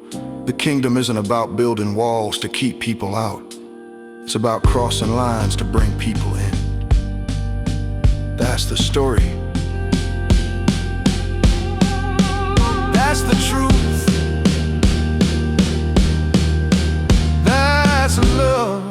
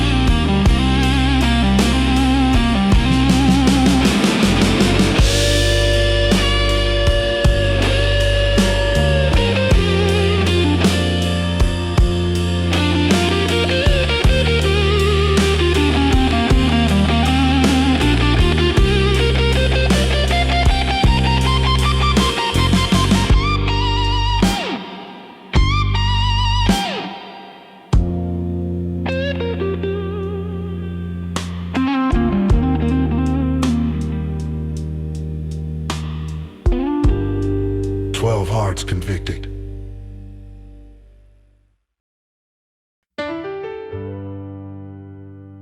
Mary's been quiet tonight, thinking she raises her hand slowly, hesitant. I have a question. When is this kingdom coming? Where do we find it? Is it some far-off place we're waiting for? It's the question everyone's been thinking. The teacher smiles, the same gentle smile from that first meeting, and begins to paint a picture they never expected. Mary speaks up soft, tell me where it is, this kingdom that you talk about, this place of heaven's bliss. Is it coming soon? Is it far away? When will we finally see it? When's the day? He looks at her with eyes that understand. The kingdom of God is already at hand. Mary blinks, confused. Already here, but where? He gestures around them. The kingdom of God is within you right now, this moment. The kingdom is within you. Can't you see? Not up in the clouds, but in you and me. It starts like a mustard seed, so small you miss the sign, but it grows into a shelter where the broken come to find. The kingdom isn't coming, it's already here, within your heart, within your tears. It's like yeast mixed into flour, hidden from the eye, but it spreads through all the dough as time goes by. You won't find it with parades or thrones of gold. The kingdom lives in acts of love and stories being told. Mary nods with wonder, so it's not a distant place. It's right here in this moment, written on your face. Thomas leans forward, so the kingdom isn't a future event. The teacher shakes his head. The kingdom is breaking in right now. Every time you choose love over hate, that's the kingdom. It's not a place, it's a presence. The kingdom is within you. Can't you see?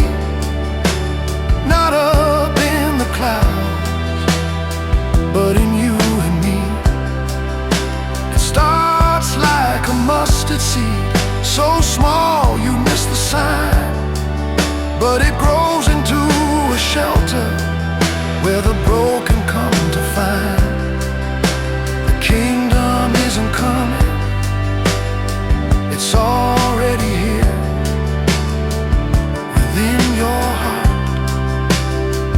within your tears. Every act of mercy, every prayer you breathe, every time you love when you'd rather leave, that's the kingdom growing, spreading like a flame. Small beginnings leading to eternal change.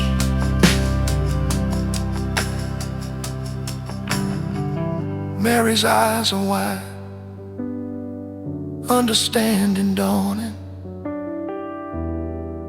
so we don't have to wait. He nods. You're already in it, Mary. The kingdom isn't about location, it's about transformation.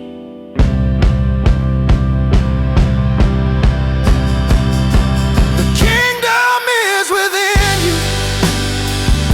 Can't you see? Not up in the clouds, but in you and me. It starts like a mustard seed, so small you'd miss the sign, but it grows into a shelter where the broken come to find. The kingdom isn't coming, it's already here, within your heart, within your tears.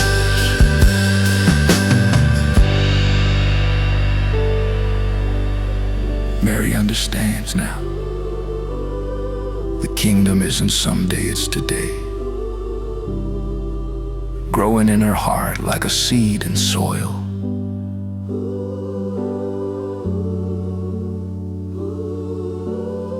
The kingdom of God, hidden in plain sight, within them, already here.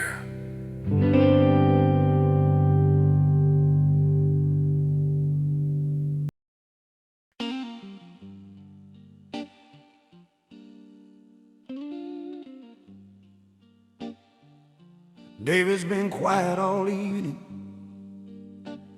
sitting on the edge of the circle, Bible clutched tight. Finally he speaks, voice barely above a whisper. Is it too late? Can someone like me really come back from where I've been? I've wasted so much, hurt so many people. Is there any chance? The teacher's eyes fill with compassion. David, let me tell you about a son who thought his story was over. David asked him soft, can I be forgiven for my past? I've wasted everything I had, burned through it fast. I've hurt the ones who loved me, threw it all away. Is there any chance for someone like me to find my way? He He smiles and says, let me tell you about a son who thought his story was over, but it had just begun. The teacher settles in. There was a man with 2 sons. The younger one said, give me my inheritance now. Basically saying, I wish you were dead already. The father's always watching, waiting by the door, scanning the horizon for the child he adores. You can come home broken, you can come home lost. The father runs to meet you, he's already paid the cost. No matter how far you wandered, no matter where you've been, the father's arms are open. Come on home again. The son took all his money, left to live his life, spent it on a party, on the temporary high. But when it all was gone, when he was alone and broke, he remembered home and thought, maybe I could go back as just a servant. I don't deserve to be his son. But the father saw him coming and he started to run. Voice softer now. The son lost everything, ended up feeding pigs. So hungry he wanted to eat their food, rock bottom in that moment. He remembered home, so he practiced his speech. Father, I've sinned, just make me a servant. He started walking home, rehearsing those words. David's crying now, silent tears.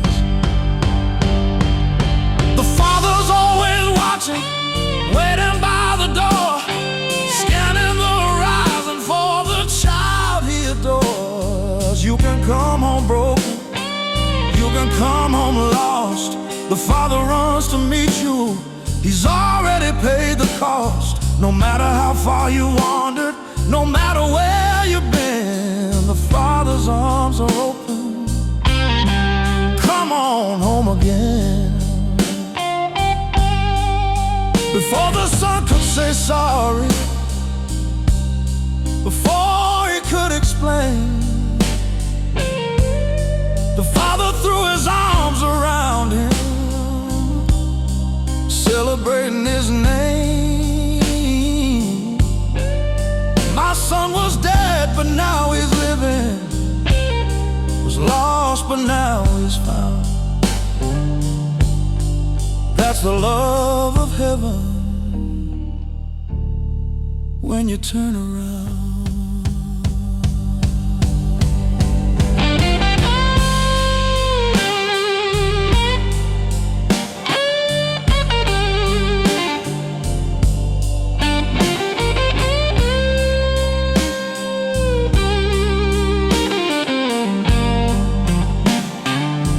Voice breaking just a little.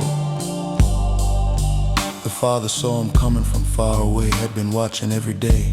And when he saw his son dirty, broken, he didn't wait for an apology. He ran, threw his arms around him, called for a robe, a ring, threw a party. The father's always watching, waiting by the door, scanning the horizon for the child he adores. You can come home broken, you can come home lost.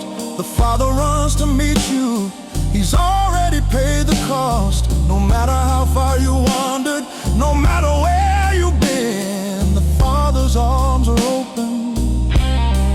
Come on home again. David's sobbing, and the teacher puts a hand on his shoulder. It's not too late, David, the father's been watching. And when you turned towards home, he started running. You're his son, he's been waiting. David looks up. I'm home, he whispers. I'm finally home.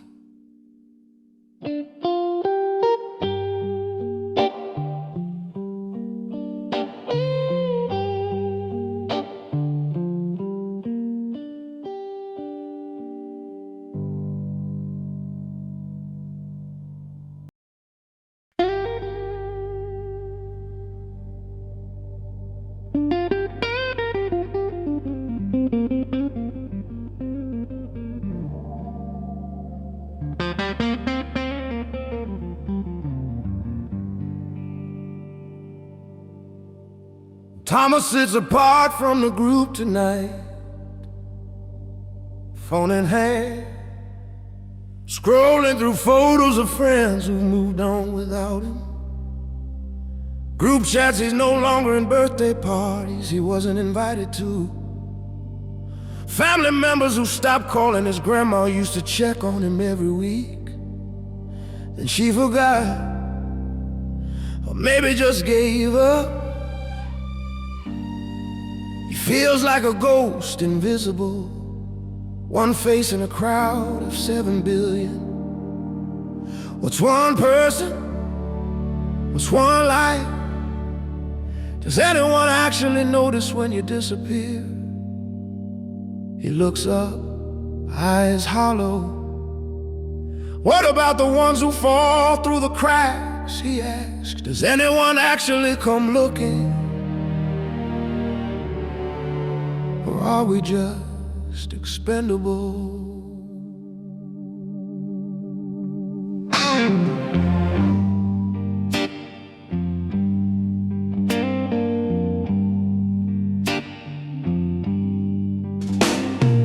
Thomas speaks up quiet. What if you're the one left behind? What if you're forgotten, lost, nobody can find? What if you're just a number in a crowd so vast?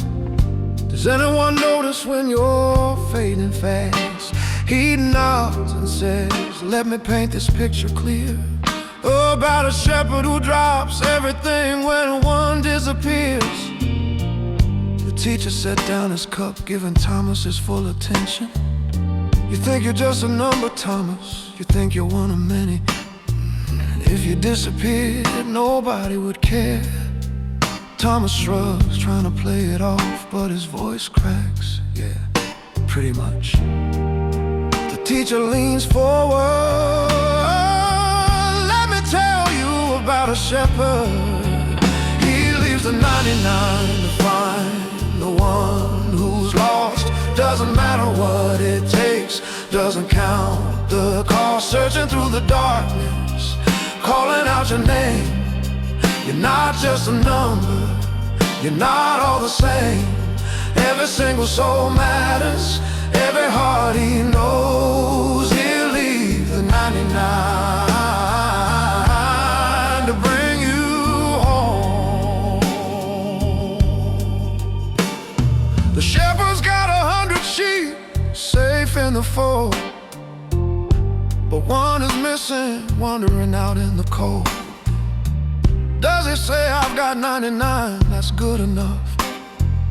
No, he goes searching through the dangerous and rough, until he finds the lost one, puts it on his shoulders with care, rejoicing more for one than the 99 who stayed there. Thomas' lip trembles. That doesn't make sense. Why would he leave 99 safe sheep to find one stupid one that wandered off? That's bad math, that's irresponsible. The teacher smiles sadly. You're thinking about economics, Thomas. The father thinks about love to him. You're not statistics, you're not expendable, you're his. And when you're lost, nothing else matters until you're found. He'll climb mountains, search valleys, walk through darkness, whatever it takes, 'cause you matter that much. He leaves the 99 to find the one who's lost. Doesn't matter what it takes, doesn't count the cost. Searching through the darkness, calling out your name. You're not just a number, you're not all the same. Every single soul matters, every heart he knows. He'll leave the 99 to bring you home. That's how much you matter, Thomas, hear me now. Heaven celebrates when the lost is found. Somehow you're not forgotten, you're not just one in the crowd. You're the one he's searching for, the one he calls out loud.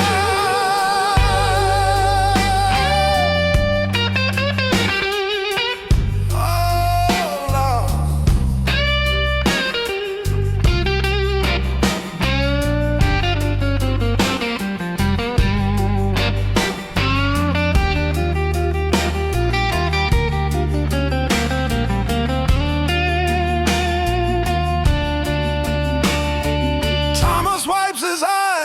wisely, but I wandered off. I made the choices that got me lost. Why would he come looking? The teacher's voice is gentle but firm, because that's who he is. Not because you earned it, not because you deserve it, but because you're his. And he doesn't give up on what's his. He leaves the 99 to find the one who's lost. Doesn't matter what it takes, doesn't count the cost. Searching through the darkness, calling out your name. You're not just a number, you're not all the same. Every single soul matters, every heart he knows. He'll leave the 99 to bring you home. Thomas looks around the circle, 11 faces looking back at him with love, not pity, love. You're not forgotten, Thomas, Mary says quietly. We see you. David nods, we've got you. And the teacher, he just smiles because Thomas is found now, not lost anymore. The shepherd came looking at Thomas. He's home.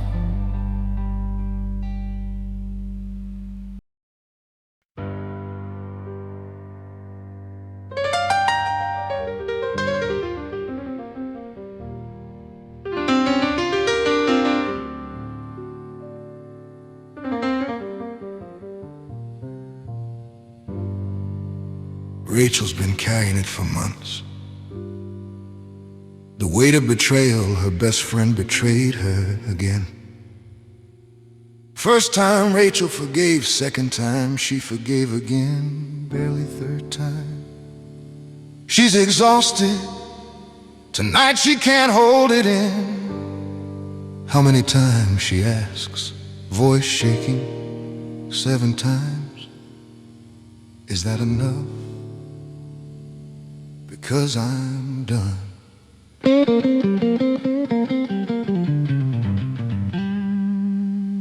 Rachel asked him tired, how many times do I forgive? The same person hurts me, how am I supposed to live? 7 times seems generous, more than most would give. Is there a limit to this mercy that you want me to relive? He looks at her with kindness, understanding in his eyes. Not 7 times, but 70 times 7 is his reply. Rachel's face goes white, 70 times 7, that's 490 times. He nods, I'm not asking you to count, I'm asking you to stop counting. Forgiveness isn't about math, it's about freedom. 70 times 7, stop keeping score. Every time they hurt you, forgive them even more. Not because they've earned it or deserve another chance, but because you're free when you let go of the past. Release the debt they owe you, break the chains that bind. 70 times 7, peace is what you'll find. Imagine someone owes you more than they could ever pay. You have the right to make them suffer every single day, but you forgive the debt completely, set them totally free. Then they turn around and hurt someone mercilessly. That's how it is when you've been forgiven everything, but refuse to pass that mercy on, refuse to let it ring. Rachel's shaking her head, but she doesn't deserve forgiveness. She hasn't even apologized. The teacher's voice is gentle, but firm. You're right, she doesn't deserve it, but but neither do you if you hold on to unforgiveness. It poisons you from the inside. Oh, 70 times 7. Stop keeping score. Every time they hurt you, forgive them even more. Not because they've earned it or deserve another chance, but because you're free when you let go of the past. Release the debt they owe you. Break the chains that bind. 70 times 7. Peace is what you'll find.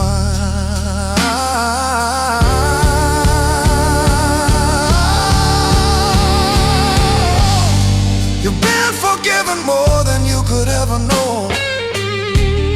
So how can you withhold what you've been freely shown? Forgiveness isn't weakness, it's the strongest thing you'll do. It sets them free, but mostly it liberates you.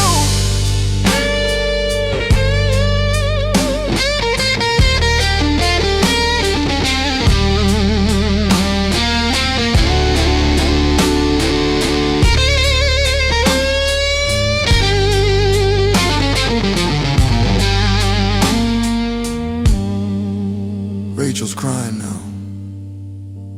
I don't know if I can. The teacher reaches across the circle. You can't do it alone. Forgive through me, with me, because of me. Ask the Father to help you release it. 70 times 7. Stop keeping score. Every time they hurt you, forgive them even more. Not because they've earned it or deserve another chance, but because you're free when you let go of the past. Release the debt they owe you. Break the chains that bind. 70 times 7. Peace is what you'll find.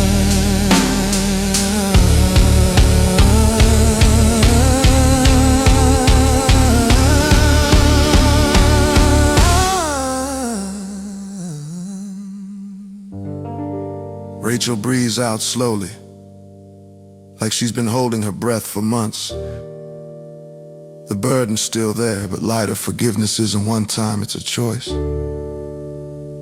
Made over and over 70 times 7, until freedom comes.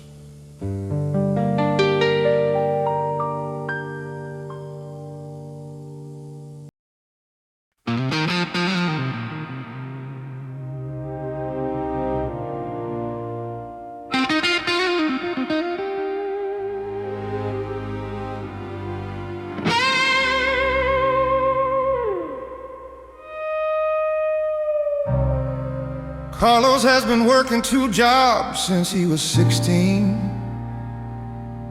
clawing his way up, saving every penny, chasing promotions, recognition, respect.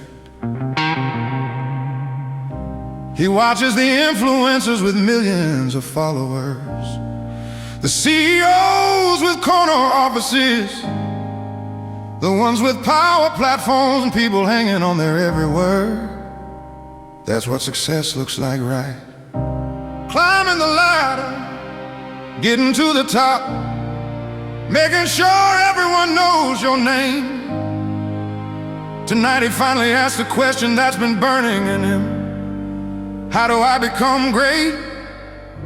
His voice is hungry, ambitious. How do I get to the top? How do I make sure I matter? Carlos asked with hunger, how do I rise above? How do I become the greatest? Earn respect and love? How do I get power, influence and fame? How do I make sure everyone remembers my name? With a truth that cuts so deep, the greatest among you must be willing to serve the least.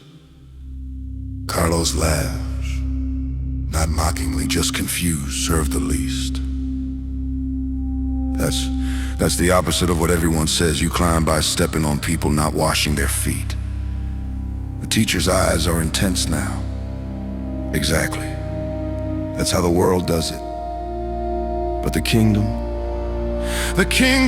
flips it all upside down. The greatest servant, that's the call. The first must be the last of all. Not climbing ladders, seeking thrones, but washing feet and breaking bones of pride and ego, self and greed. The greatest servant meets the need. Turn the pyramid upside down. The servant wears the greatest crown.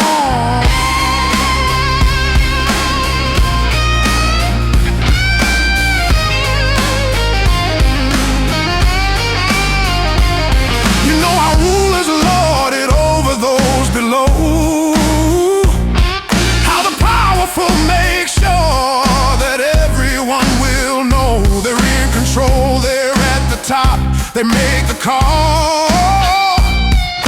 But that's not how it works in my kingdom at all. Whoever wants to lead must first learn how to serve. Whoever wants to live must die to what they think they deserve. Carlos is quiet now. Processing the teacher continues, voice building. Look at the world's leaders, Carlos, they demand service. They expect people to cater to them, work for them, sacrifice for them. They build empires on the backs of others. But in the kingdom, true greatness is measured by how many people you lift up, not how many you step on. The greatest leader is the one who serves the most. The first will be last, the last will be first. Everything you think you know about power, forget it. The greatest servant, that's the call. The first must be the last of all. Not climbing ladders, seeking thrones, but washing feet and breaking bones of pride and ego, self and greed. The greatest servant meets the need. Turn the pyramid upside down. The servant wears the greatest crown.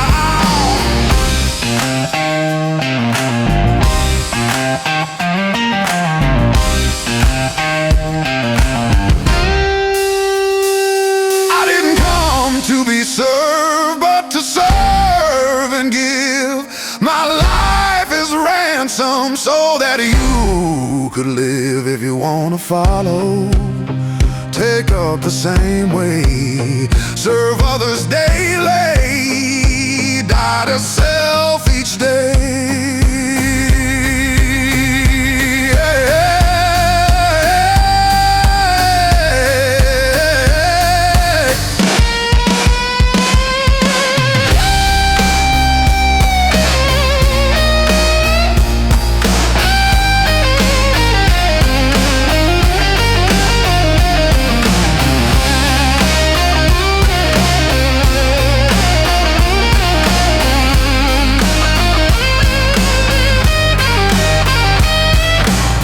Carlos looks around at the others. David, the homeless man who serves with his presence. Mary, who serves by showing up. Thomas, who serves by asking hard questions. So greatness isn't about getting ahead. The teacher shakes his head. Greatness is about lifting others up. You want to be great, serve. You want to lead, wash feet. You want to be first, be last. That's the upside down kingdom. The greatest servant, that's the call. The first must be the last of all. Not climbing ladders, seeking thrones, but washing feet and breaking bones of pride and ego, self and greed. The greatest servant meets the need. Turn the pyramid upside down. The servant wears the greatest crown.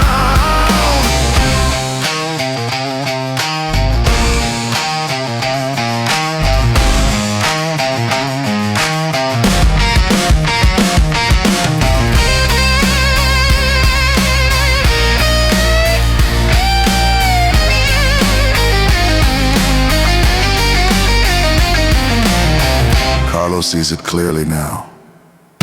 The world's been lying to him his whole life. True power isn't in domination.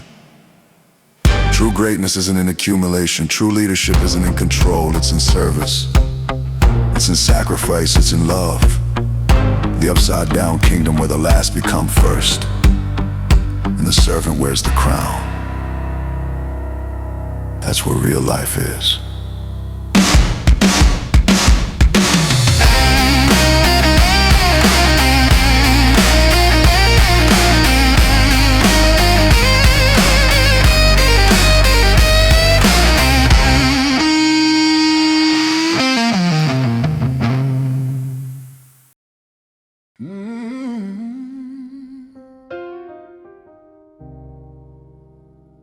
Tonight he sees them struggling, doubting themselves, wondering if they have enough faith to do what he's called them to do. Noah's been praying about his family situation. Nothing's changed. Elena's been asking for direction. Still feels lost in the dark. Jake's been seeking his purpose. Crickets, they sit with their doubts, their unanswered prayers. The tired, worn-out faith, it feels too small to matter. Maybe he can see it in their slumped shoulders, the downcast eyes, the way they pick at the grass instead of meeting his gaze. The thinking, I don't have enough faith, I'll never have enough. He reaches down, picks up something tiny from the ground. So small, they have to squint to see it, a mustard seed. And he holds it up like it's the most precious thing in the world.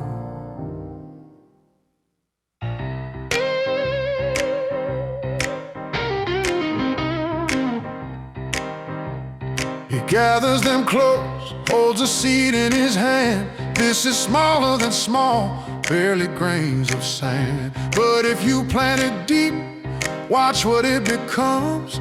A tree that shelters birds reaching toward the sun. You don't need giant faith to move the mountains high. You just need faith that's small, and here's the reason why. Elena leans forward, staring at the tiny seed. That's it. That's all we need. He nods. That's all. You don't need mountain-sized faith to move mountains. You just need living faith, faith that's alive, faith that's rooted. It's not about size, Elena.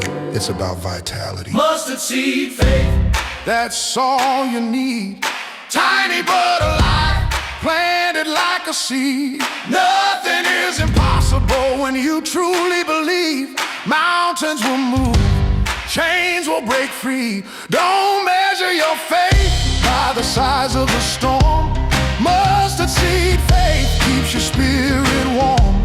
Small beginnings lead to mighty things. Mustard seed faith gives you wings. If you have faith as small as this tiny seed, you can say to the mountain, move, and it will leave. You can say to the tree, uproot and plant in the sea, and it will obey. That's the power you'll see. It's not about the size, it's about the root. Living, breathing, trusting in the truth. Jake speaks up, frustration in his voice. But I've been trying to have faith, I pray, I believe, and nothing happens. My mountains aren't moving, my problems are still there. So what am I doing wrong? The teacher's voice is gentle. Jake, are you praying with faith? Or are you praying with hope that maybe, possibly, if you're lucky, something might change? There's a difference. Mustard seed faith isn't wishing. It's knowing not because you're strong, but because the one you're trusting is stronger than any mountain. Mustard seed faith, that's all you need. Tiny but alive, planted like a seed. Nothing is impossible when you truly believe. Mountains will move, chains will break free. Don't measure your faith by the size of the storm. Mustard seed faith keeps your spirit warm. Small beginnings lead to mighty things. Mustard seed faith gives you wings. Stop looking at what what you lack, what you don't possess. Start looking at the seed, let faith do the rest. It's not your strength, it's not your might, it's trusting the one who brings alive.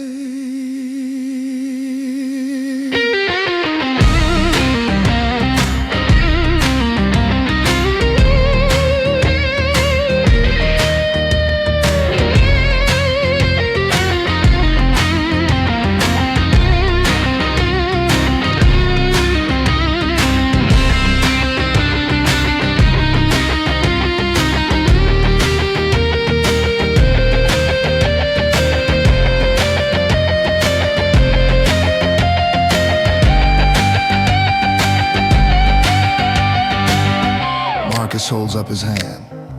So we're saying that this tiny seed of faith, if it's real, if it's alive, can literally move mountains.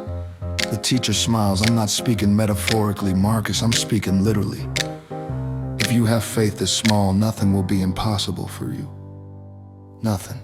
The question is, do you believe? Mustard seed faith, that's all you need. Tiny but alive, planted like a seed. Nothing is impossible when you truly believe. Mountains will move, chains will break free. Don't measure your faith by the size of the storm. Mustard seed faith keeps your spirit warm. Small beginnings lead to mighty things. Mustard seed faith gives you wings. 12 disciples hold the seed of faith inside now. Small but mighty, tiny but alive. They stop measuring their faith by their feelings and start measuring it by the one they're trusting. It's not about them. It's never been about them. It's about Him. And with Him, even the smallest seed can grow into something that shelters nations.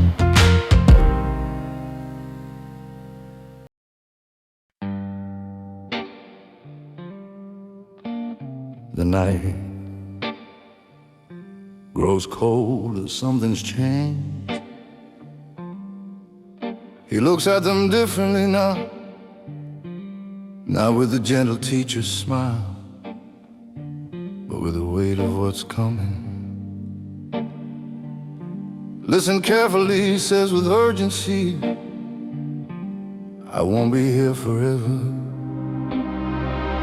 and following me, it's gonna cost you everything.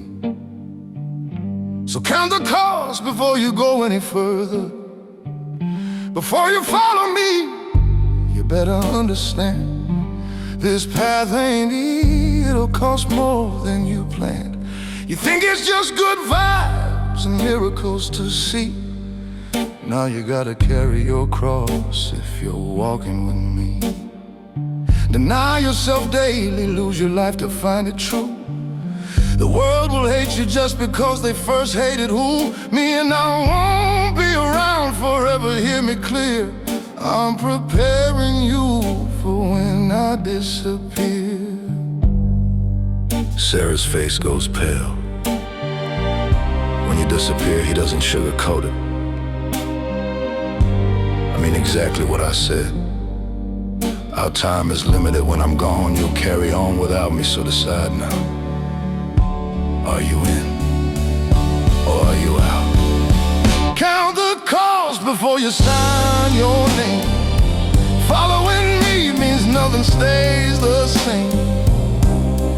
You'll lose your comfort, lose your pride. Some will walk away, but will you stay by my side? I won't be here forever, but the mission remains. Count the cost, feel the weight, embrace the change that sets you free when you give up everything. Count the cost of what it means to follow the King. What good is it if you gain the whole world's wealth, but you'll lose your soul, you lose yourself? You gotta build a tower, count what it takes. Before you start, know the sacrifice you make. Your family might turn, your friends might leave, your reputation shattered for what you believe. But if you're not willing to take up your cross each day, then you can't be my disciple, you can't walk this way. Thomas' hand shakes. You're saying we have to choose between you and our families. The teacher's voice is firm. When the choice comes, you need to know who you're choosing. If you're not willing to lose everything, you're not ready. Count the costs. Count the cost before you sign your name. Following me means nothing stays the same. You'll lose your comfort, lose your pride. Some will walk away, but will you stay by my side? I won't be here forever, but the mission remains. Count the cost, feel the weight, embrace the change that sets you free when you give up everything. Count the cost of what it means to follow the King. I'm telling you the truth, I won't always be around. But if you count the cost and still stand on solid ground, then you'll be the ones who carry on the call. When I'm gone, will you rise or will you fall?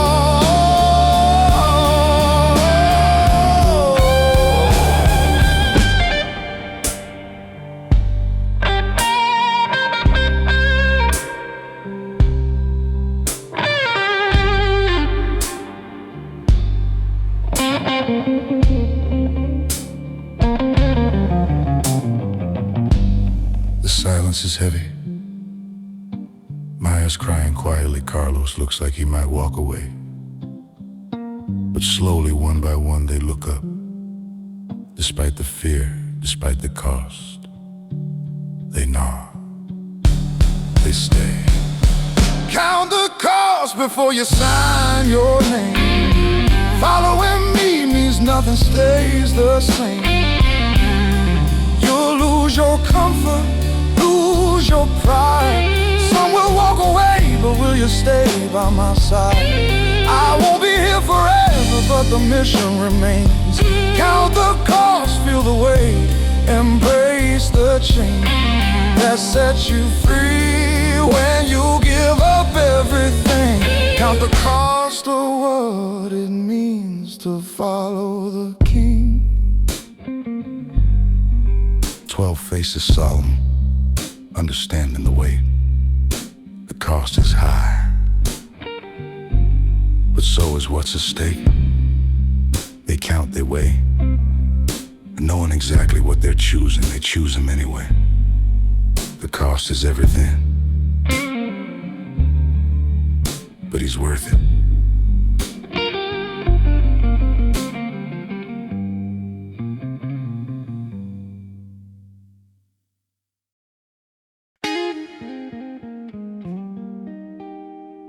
The air is heavy with unspoken things tonight,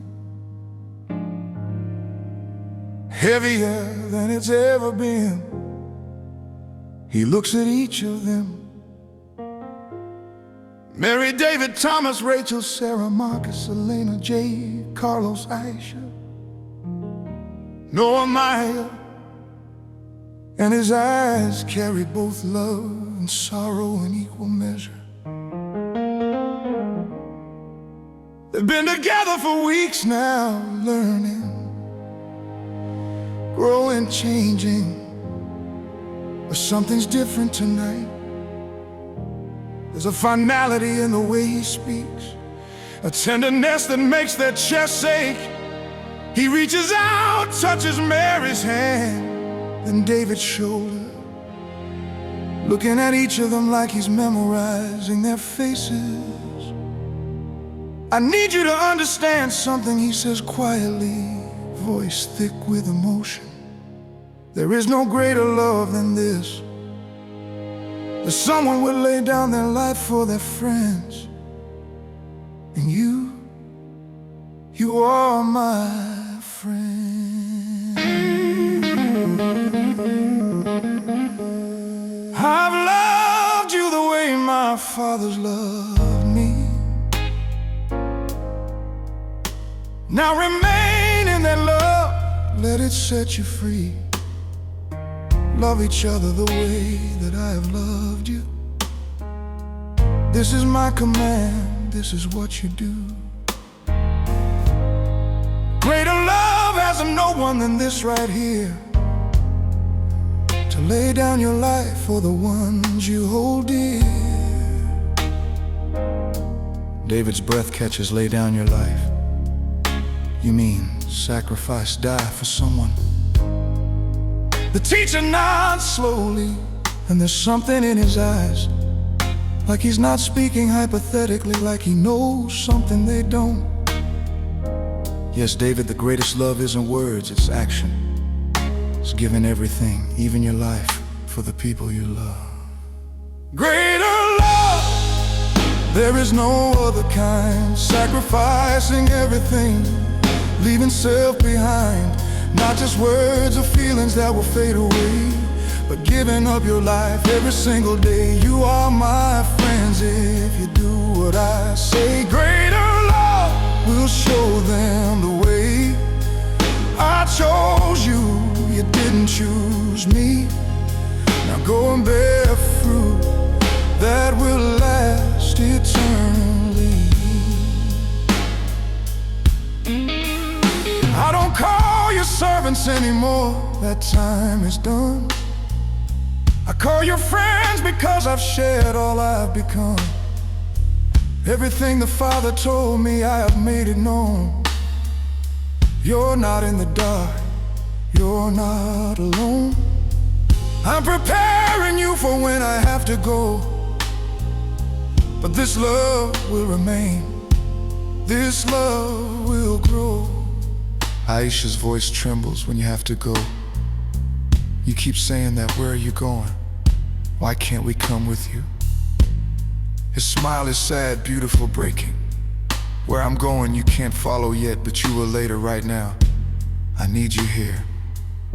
I need you to love each other the way I've loved you. I need you to lay down your lives for each other. Not just die physically, though some of you may face that too, but die to yourselves, your pride, your comfort, your safety. That's greater love. Greater love, there is no other kind. Sacrificing everything, leaving self behind. Not just words or feelings that will fade away, but giving up your life every single day. You are my friends if you do what I say. Greater love will show them the way. I chose you, you didn't choose me. Now go and bear fruit that will last eternally. Love each other, that's the mark they'll see, that you belong to me, that you're truly free. The world will know you by the way you love, reflecting what comes from above.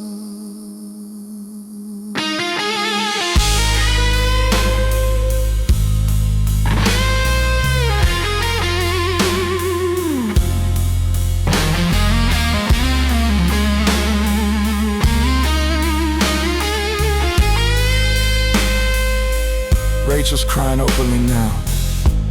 You're saying goodbye, aren't you? He doesn't answer with words, just pulls her close, then the others. All 12 of them crowding in, holding him, holding each other. I'm not saying goodbye yet, he whispers. But when I do, you'll understand and you'll carry this love forward. Greater love. The kind that costs everything and gives everything. There is no other kind. Sacrificing everything, leaving self behind. Not just words or feelings that will fade away, but giving up your life every single day. You are my friends if you do what I say. Greater love will show them the way. I chose you, you didn't choose me. Now go and bear fruit, handwritten gold, strings and a leaf. 12 hearts breaking, 12 hearts knowing true. The greatest love is proven by what you're willing to do. Not what you say, not what you feel, but what you sacrifice, what you give, what you lay down. That's love, greater love. The kind that changes the world, the kind that conquers death, the kind he's about to show them.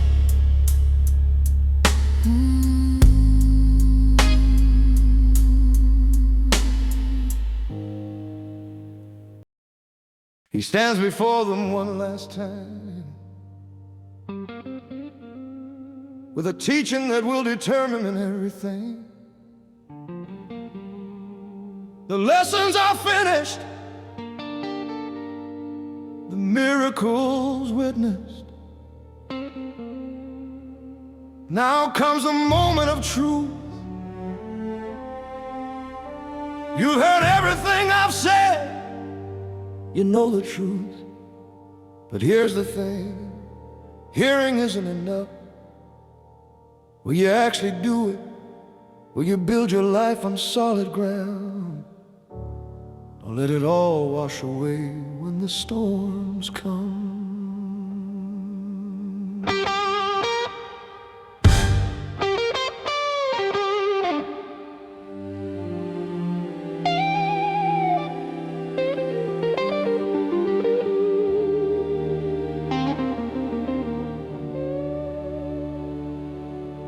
Everyone who hears these words I've spoken here has a choice to make. Let me make it clear. You can listen, nod your head, and walk away. Or you can take these words and live them every day. The wise man builds his house upon the rock so strong. When the storms come crashing, he can still stand tall and long. Noah raises his hand, so it's not enough to believe. The teacher's eyes are intense. Faith without works is dead. No, if you don't do what I've taught you, you're building on sand. And when the rage comes, that house will fall.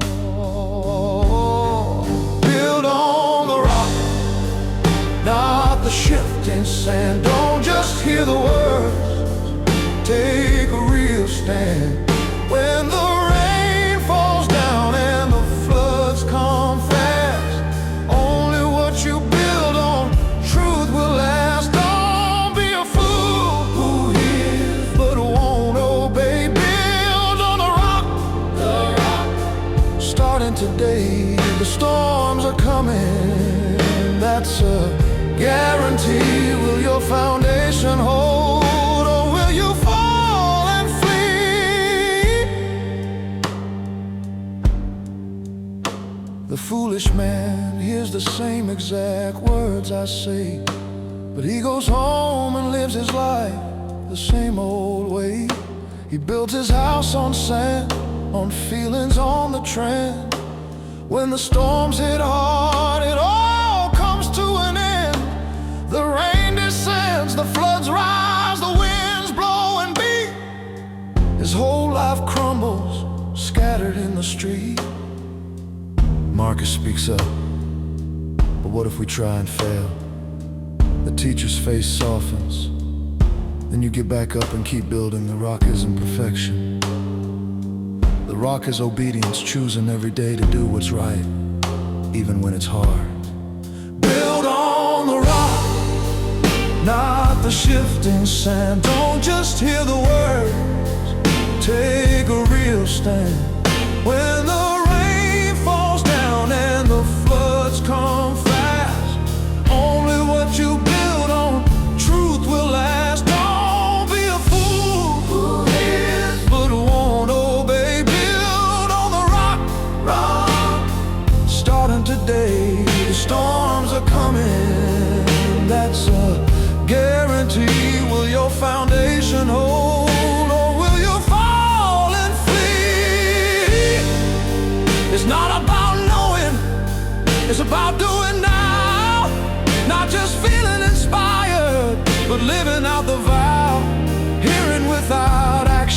makes you a fool, but doing what I've taught, that's the golden rule. I'm leaving soon, but these words remain. Build your life on them, let them be your friend.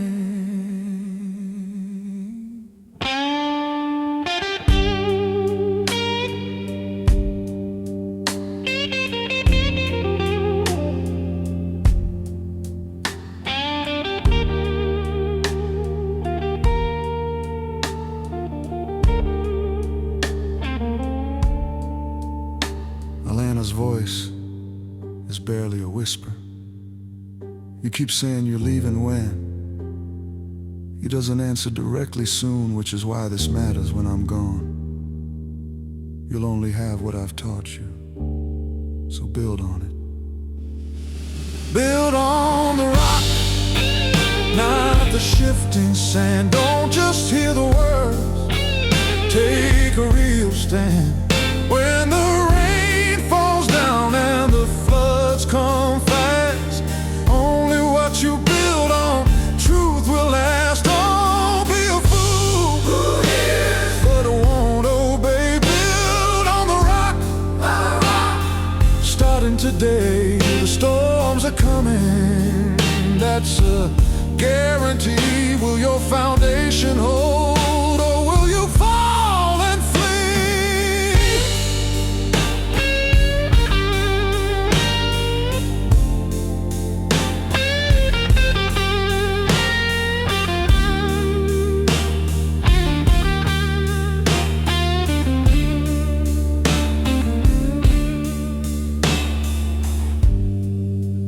12 disciples standing firm, foundation set in their hearts. They won't just hear, they'll live it. They won't just believe, they'll obey. Because when the storms come, only what's built on the rock will survive.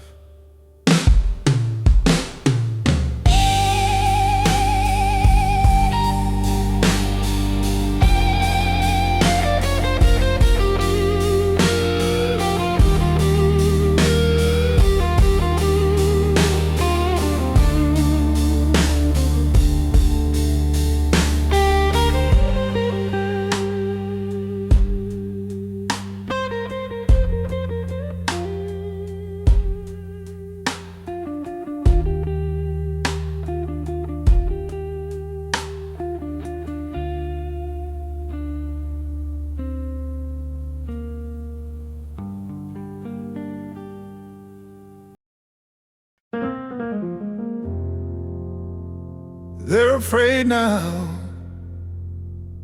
he can see it in every face. The fear of being left behind, of facing the world alone, of forgetting everything he's taught them, of failing Mary's handshake. When she picks up her coffee cup, David looks down at his worn Bible like it's not enough. Thomas fights back tears he won't let fall. Jake's breathing too fast. Rachel keeps asking questions she already knows the answers to, just to keep him talking. They're terrified, and he knows why, because he's been preparing them for his departure, and they don't want him to go. So he speaks the words they need most, words that will echo through eternity, through every lonely night, every moment of doubt, every time they feel abandoned. I will never leave you. I am with you always. I see the fear inside your eyes tonight. You're wondering if you can make it through the fight. when I'm not standing here beside you anymore, will you remember what I came here for? But listen close, I need you to believe I'm not abandoning. Mary's voice breaks. But you won't be here, you just said you're leaving. How can you say you'll never leave? He takes her hand gently. I'm not leaving you orphan, Mary. My physical presence may go, but my spirit, my presence, it stays in you, with you always. I am with you always, till the end of time. In every moment, in every climb, when you feel alone, when the road is long, I am with you, you are never on your own. Though you won't see me standing at your side, I am with you and you as your guide. I will not leave you orphan in this world. I am with you, my promise unfurled. I'm going to prepare a place for you, but my spirit stays, my presence shining through. In every prayer you whisper in the night, in every battle where you stand for what is right, you feel me there. You know I'm near, I'm with you. Cast away your fear. Thomas wipes his eyes roughly. I don't understand, how can you be gone but still with us? That doesn't make sense. The teacher smiles through his own emotion. It doesn't make sense to your mind, Thomas, but your heart will understand. When you're alone in the dark and you feel a peace you can't explain, that's me. When you need wisdom and suddenly you know what to do, that's me. When you're weak and somehow find strength, that's me. I'm not going away, I'm just changing form from beside you, inside you. Till the end of time, in every moment, in every climb, when you feel alone, when the road is long, I am with you, you are never on your own. Though you won't see me standing at your side, I am with you and you as your guide. I will not leave you orphan in this world. I am with you, my promise unfurled. Where two or three gather in my name, I am there, it will never be the same. You carry me now, I live in you, my presence forever, forever true.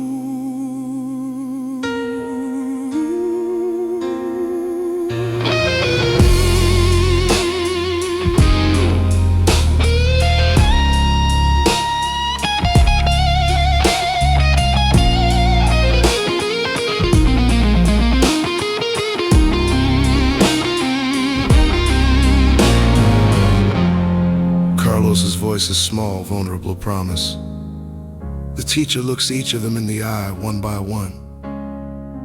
I promise I am with you always, always until the end of the age. And even beyond that, this isn't goodbye. This is transformation from me with you to me and you. And that's even better. I am with you always, till the end of time. In every moment, in every climb, when you feel alone, when the road is long, I am with you, you are never on your own. Though you won't see me standing at your side, I am with you and you as your guide. I will not leave you orphan in this world. I am with you, my promise unfurled. 12 hearts at rest now, not because they understand, but because they trust He's promised. And His promises don't break, His presence doesn't fade. Even when they can't see Him, He's there. Even when they feel alone, they're not. I am with you. with you, always. The most comforting words ever spoken, and the truest.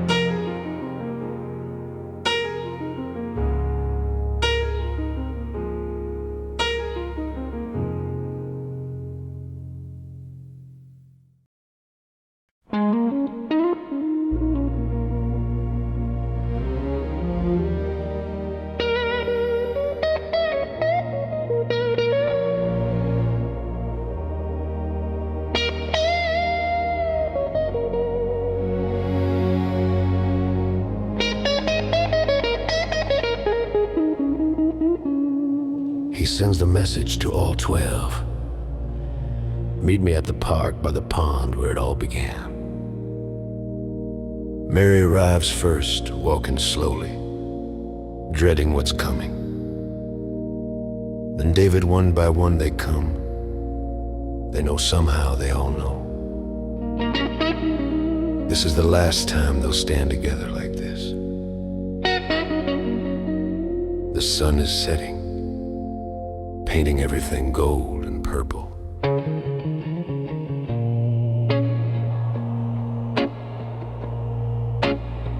He sees them coming, every single face. Mary, David, Thomas, Rachel, finding their place. Sarah, Marcus, Elena, Jake walking slow. Carlos, Aisha, Noah, they already know. This is the moment, the final goodbye. He gathers them close, no one can hide the cry.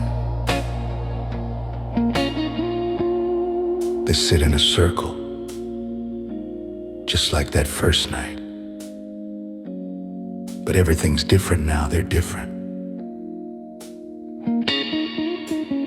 He looks at each of them with such love, it's almost unbearable.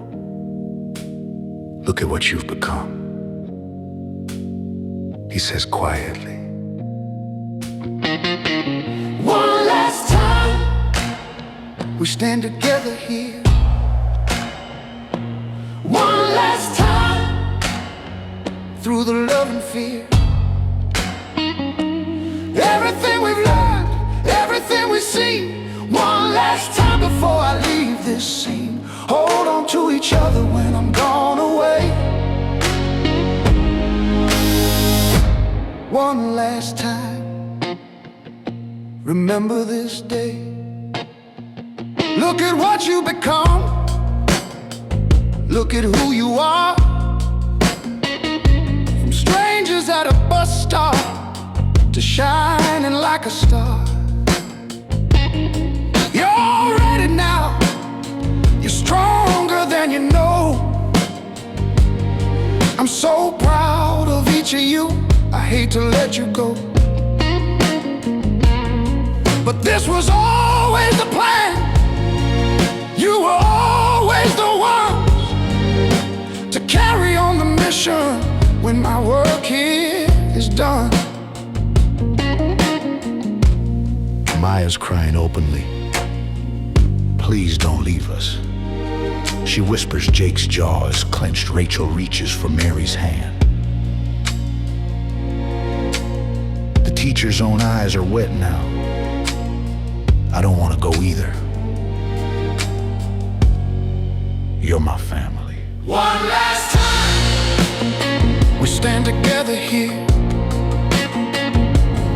One last time, through the love and fear. Everything we've learned, everything we've seen. One last time before I leave this scene. Hold on to each other when I'm gone away.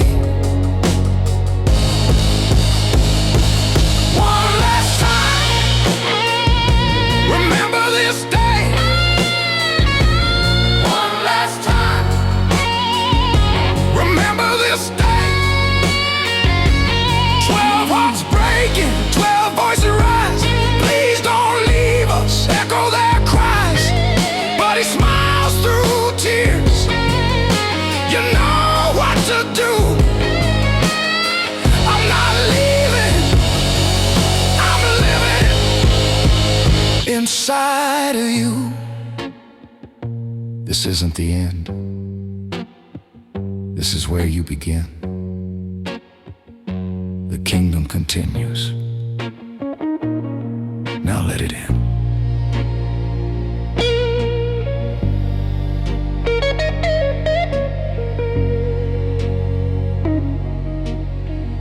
Thomas speaks for all of them. We're not ready. The teacher shakes his head gently. You're more ready than you think. And you won't be alone. Remember, I am with you always. One last time, we stand together here. One last time, through the love and fear. Everything we've learned, everything we've seen. One last time before I leave this scene. Hold on to each other when I'm gone away.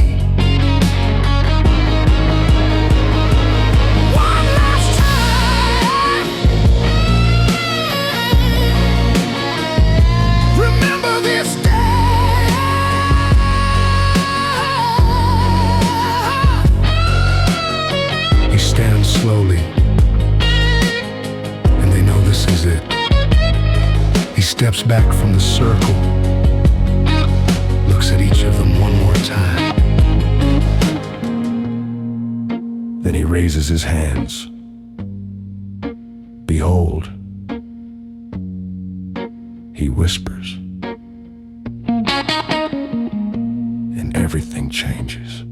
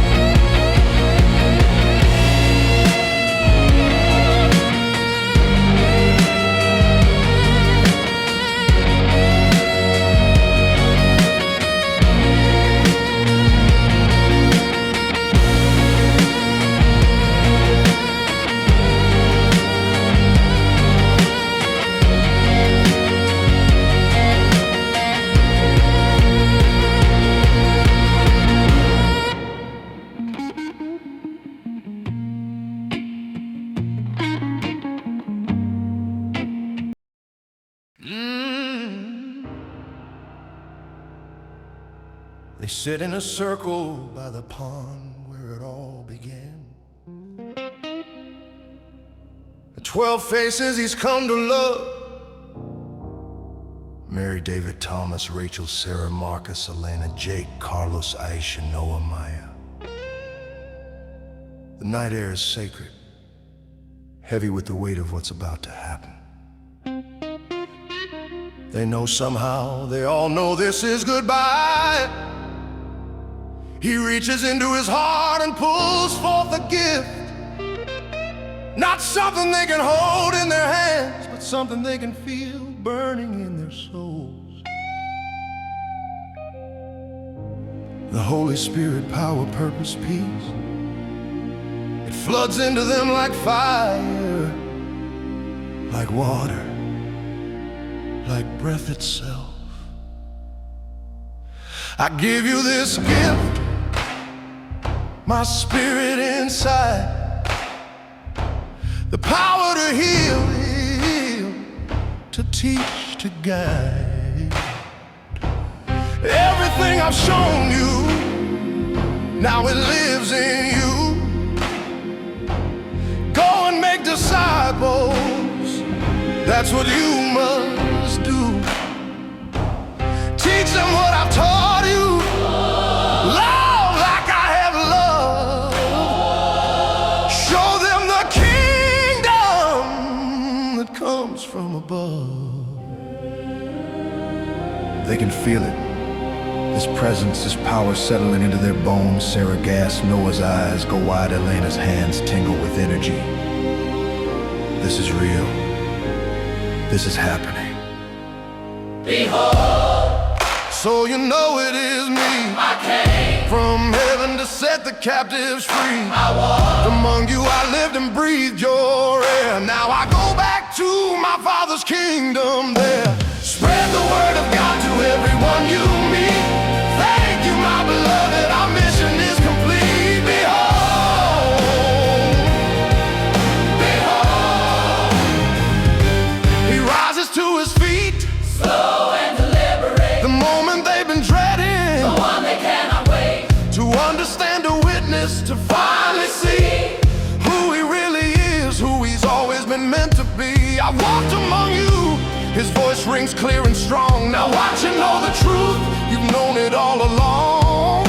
He stands before them now, and the world seems to stop. The traffic noise fades, the city lights dim. There's only him, only them, only this moment. He looks at each face, memorizing them, loving them, preparing them. Then he speaks the words that will change everything. So you know it is me. I came From heaven to set the captives free. I walked Among you I lived and breathed your air. Now I go back to my Father's kingdom there. Spread the word of God to everyone you meet. Thank you, my beloved, our mission is complete. Behold, behold. Behold, I give you the gift of knowing who I am. He smiles. That same gentle smile from the bus stop, from the coffee shop. My spirit will always be with you. Then slowly, deliberately, he spreads his arms wide, like wings of grace, like the cross itself. The pose that reveals everything. Now go and teach what I have taught you. He looks at them all, love radiating. I will see you in my Father's kingdom.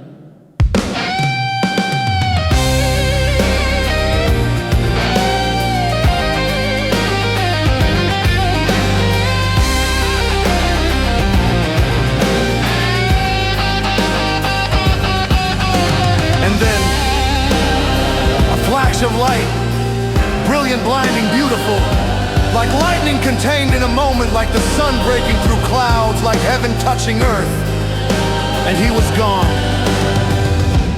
They sit in stunned silence, the light fades, the world returns, but he doesn't. The space where he stood is empty now. Just grass, just air, just memory. Then slowly David stands, then Mary, one by one, they rise, they look at each other. 12 souls forever changed, 12 hearts on fire. No words are needed, they understand. They shake hands, embrace, hold each other. And then, without speaking, they understand what must happen next. So you know it is me. I came Come from heaven to set the captives free. I walked Among you I lived and breathed your air. Now I go back to my Father's kingdom there. Spread the word of God to everyone you meet. Thank you, my beloved, our mission is complete. Behold, behold.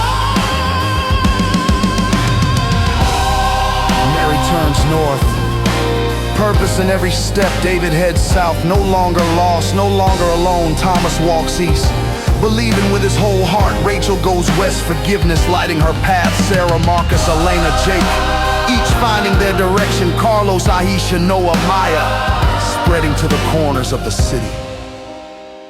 12 directions, 12 teachers, 12 witnesses.